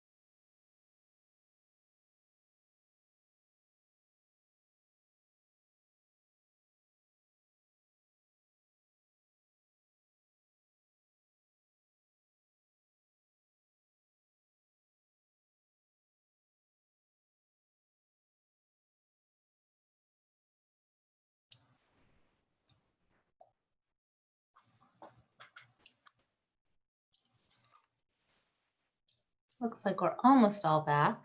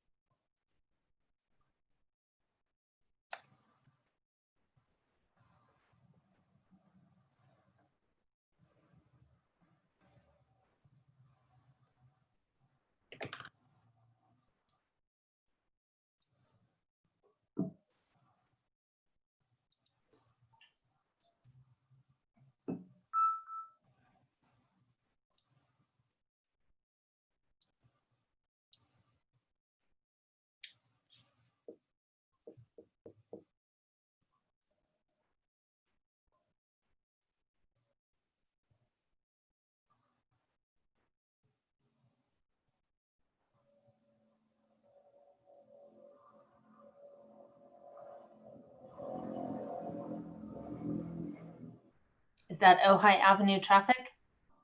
Yes. I recognize it. I live near there. Yes, Sounds very familiar. no matter what time of day. That's why I also can't open my windows. So I can't turn on my air conditioner and I can't open the windows. Yes. Yeah. We'll get you a little fan for your desk. I don't actually know it's hot till some people come in and go, Kathy came in today and said, it's really hot in here. All right. It looks like we are all back. Good to see you, by the way, Kathy. Yes. We are at 6.4.2, which is our Measure J update. So Adam and Alan, thank you for being here and welcome. No problem. Thank you. I'm convinced Thane likes to take the 5-minute break right before we get into Measure J. He saw you guys arrive and thought, okay, it's time. It's time for that. Yeah. No. Doesn't seem to be a pattern, huh? Yeah. You figured it out. I thought I could sneak that by every time. Obviously, everyone has the update in front of them. Just a couple new updates since this was sent out. The Nordoff F-wing, the benches are being installed. They're about halfway done. If you drive by, you can see them. The logo's installed. There was a couple broken pieces, and they were manufacturing the replacement pieces today and sending them out from New Jersey. And then the Nordoff and Topa playground, as well as the athletic court resurfacing, are pretty close to done. The new asphalt's in. We have some concrete work to be done and a couple drainage and utility lids that are being replaced. So we're 85-90% complete on both of those. The Matilaha sewer replacement is done. So there's 2 lines that run out of Matilaha. One half of them, which is the only one that was scheduled to be done, that is actually completed, and so that's nice. And I think that's about it in terms of new updates. Hey, Adam. Yeah. Well, can you clarify what you mean about the sewer line? You said there were 2, but only one was supposed to be replaced, or what do you mean? So as part of that, there's 2 sewer lines that kind of divide the campus, pretty much east and west for the buildings. So the one that we scheduled to be replaced comes from the main building, feeds the, kind of runs down to the west, I guess, of the new dining hall. And everything from on the west side of campus, the gym, the music building, the current, I guess it's the weight room for the gym, what used to be the wood shop building when I was there. All of that runs into one line and kind of keeps the arch of the track, hugs the outside of the track, and was connected to the feed at the street. The east side of campus, the admin building and the C-wing. yeah, the east side of the campus is another line that'll be addressed at a later date. Once there's basically once there's more construction going on that side of campus. Right now, Okay. right now with the cafeteria or with the dining hall, it was a prime opportunity to redo that whole line. Got it. So they're both going to be replaced, but just one, you know, in order. Yeah. They do. Both of them needed to be replaced. It was interesting kind of finding the tie-in at the street, and so we had to camera the line, and the line had collapsed at a couple places as well. So it was a good thing that we did it for sure. Yeah, and then obviously the flooring. Topa's rocking and rolling, and the other schools are on order, and the materials should be here soon. Any other questions about the update at all? I just was gonna say that there was a question I saw from families about the basketball courts. And I think Tiffany addressed that, but I thought maybe a mention to the public would be helpful at Matilaha At specifically. Matilaha. Yes, So- sorry, I didn't say that. Obviously, the asphalt there needed to be redone. It was in rough shape, and there typically there's about 3 inches of new asphalt put on any new project. There was about 8 inches of asphalt there in some spots. So we were able to strip all of that. We actually added, at the request of the PE coaches there, as well as kind of governor with the new principal, Chris, we added a new level up above that not only adds for more court space. Volleyball is taking off, as well as another basketball court will be able to be added, but it actually improves drainage as well. There's a little handball court there right off the west side of the gym that would always pool up if we get a huge heavy rain. It daylights out the wall, but it had nowhere to go. So now it'll actually drain properly as well. It'll head out between the tennis court and the basketball courts, hit the ribbon gutter, head out as well. So it'll alleviate some of those problems. Right, plus there were drainage issues on the other portion of the, subgrade drainage issues that we corrected as well. I Right. think that Shelley's question is about the installation of better hoops and poles than we currently utilize in our elementary school basketball courts. And we just finalized that as well, but we are going to be installing some nicer hoops, glass backboards at Matilaha for more competitive games. The courts will actually be properly sized for competitive middle school games as well. So not only will the kids of the PE class get to enjoy it, but the community as well. As we know, the youth basketball uses those courts a lot, not just for practice, but for warm-ups before they head into the gym for the games. So all of those are being replaced as well with definitely an upgrade, I would say.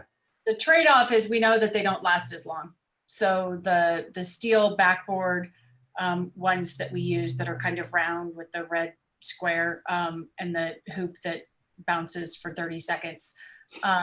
Those are wonderful. They last forever and ever. The ones that we're installing at the middle school will not last as long. It's a trade-off that we discussed and made. So they will have to be replaced potentially more frequently than if we had used the cheaper elementary. I don't know if it's cheaper, but it is cheaper. But the less quality, less competitive elementary school version. Well, let me chime in about, I think that's a great decision, because I do believe in the next few years we'll be playing competitive sports outside. Right.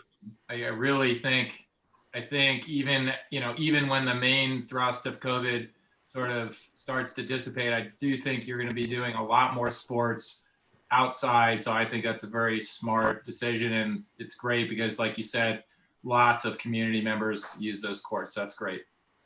Yeah, So that was. I thought I mentioned, we sort of finalized the layout for those courts today and Right. in consultation with some of the staff. And we were able to turn some of the basketball courts east-west because the ones that ran north-south, too often the balls were thrown towards the southern hoops, ended up in the track. Right, down the hill.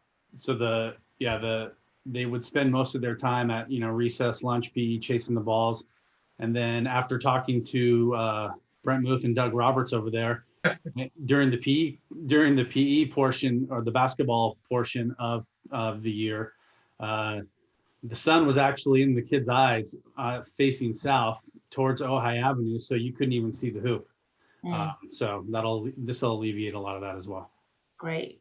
I'll tell you how stupid I am. I drove by Nordoff and I saw the construction in progress, and I called a friend and I said, "Oh my God, you're not going to believe it. All the courts now face the same direction." And he said, "No, dude, that's what they do to keep them out of the way when they pave it." Yeah. I was going to be for the new 5-point shot. Yeah. Any other questions about any of the stuff on the update? I keep expecting the update to kind of shrink a little bit, but it just seems to grow. So That's good. That means that there's a lot happening and a lot of progress being made. there is, yes. So we're grateful for that. If there are no other questions about the update, we will move to these. We have a series of contracts. Are there questions about these, or can we approve these in one fell swoop? I just want to talk a little bit about 6.4.3 because this is another example of how great it is to have Adam and Alan. So this work at the Miners Oaks playground was on our Measure J list, and there was a playground that was designed and going to be built somewhere else. With COVID, they actually pulled the plug on the project, reached out to us and said, "Hey, we'll give you this essentially preset work for $15,000 off and 10% off installation." And so we said, yes, that seems like a good idea since we are already going to do that. And so we were able to get this project done at a significant discount of, $25,000 to $30,000 because of Adam and Alan's work. So I just wanted to point that out and before you approve the contract. Great job. I would move to approve 6.4.3 through 6.4.6. I'll second, and great job, guys. Thank you. And yes, I concur. Great job. All in favor? Thane? Aye. Michael? Aye. Kevin? Yes. And Shelley, aye. That passes unanimously. Thank you guys for all your hard work, and sorry about the bathroom break right at the beginning of your scheduled time each month. Not a problem. We do so much appreciate the work that you're doing in the district. Not a problem, and thank you. I highly encourage you guys to kind of tour the campuses as you get a chance, or if you have any questions or would like to meet with Alan or I out there. There's a lot of good stuff going on for sure. So I am going by tomorrow to look at, and I'm going to try to go by tomorrow to look at the benches and the new pavers, because I'm super excited about that project, because it also, whenever we can increase school safety and campus safety while we're doing a project, it's beneficial. And so we specifically spent a lot of time designing that around safety. I'm very excited to see that. And the new bathrooms that are joyful. yeah, there's a lot of school pride going on in Nordoff, that's for sure. Now we just need to get the students back on campus. Absolutely. Great. Thank you so much. Also, the library or the cafeteria has been painted, and it looks stunning and potentially highlights the need for the rest of the campus to be painted at some point. But if you check out, there's a slightly new version of yellow that looks very nice. But check out how great the cafeteria looks and how good it makes the quad project look. Yes, it definitely pops against some of the rest of the buildings, I will say that. So we're skipping the reopening, or we've already done reopening. So we're at 6.5.2, which is the superintendent's evaluation process, which we've been working on quite extensively over the last several months. This is just our protocol that we will be using going forward. Are there any questions or comments?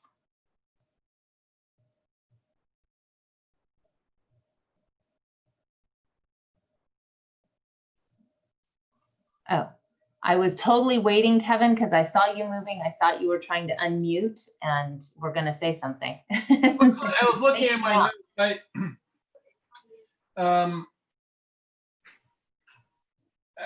Only just that someone had a question to me and about, how we, under this protocol, are establishing the goals, and I'm not sure if the language exactly reflects it, or maybe it's just, but I think it's clear that the goals are collaborative.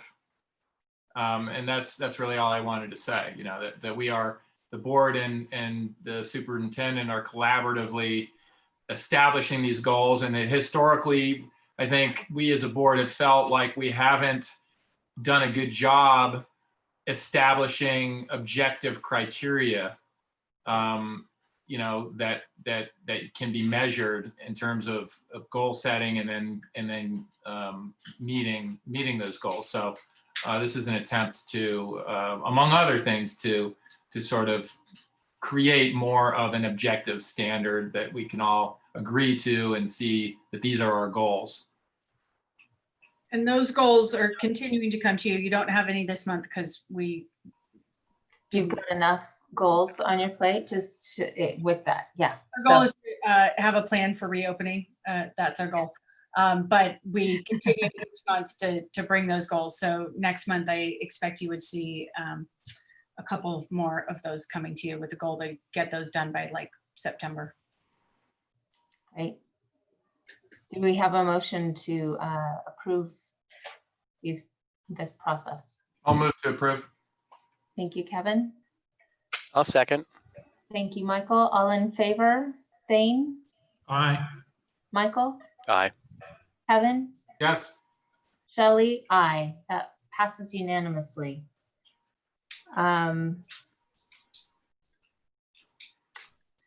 We are pushing the Student Advisory Council discussion to next month, and that brings us to board reports. Are there any board reports? I would just reiterate what I'd said before, I guess reiterating because it was so impressive to me. I had hoped to be able to see Nordhoff Summer School, but I got called away mid-morning after looking at what we were doing summer school wise at Miramani, and I was just so impressed, and impressed also just with sort of just the personal aspects of it, knowing that there are some teachers that actually had some concerns about their own, personal health, but who, were nevertheless participating in the summer school, in the in-person summer school, and feeling good about it, and feeling like they were able to do that and feel safe, but still do it, with some personal risk, and just the overall esprit de corps, and the, just, it was truly moving. I mean, all aspects. You had SPED going on, you had kids in one room dancing, you had another group of kids doing art, and all, and many other things going on, and it was all just very inspiring.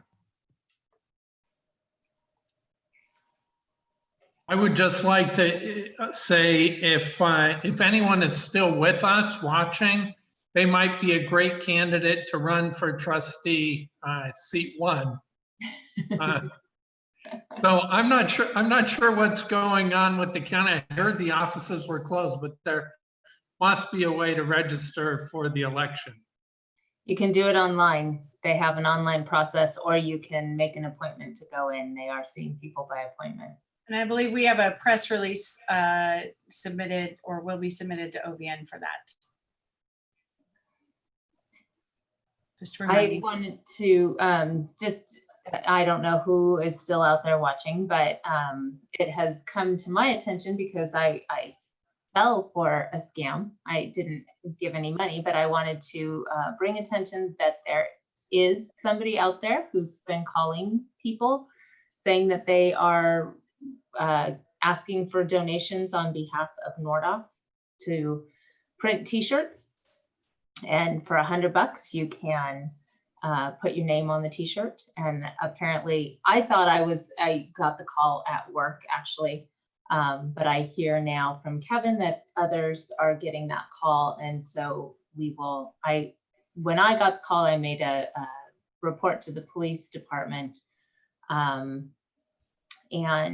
I believe Tiffany is going to let families know through an update at the end of the week, just so they know that it's not us that's doing that right now, and to not fall for the scam. Are there any other board reports? Or board member reports, I should say. If not, future agenda items.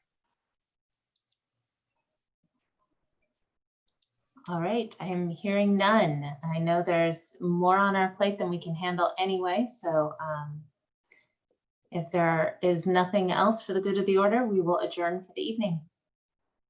Good night, everyone. Great, good night. Thank you. Night, everybody. Stay safe. Thank you all.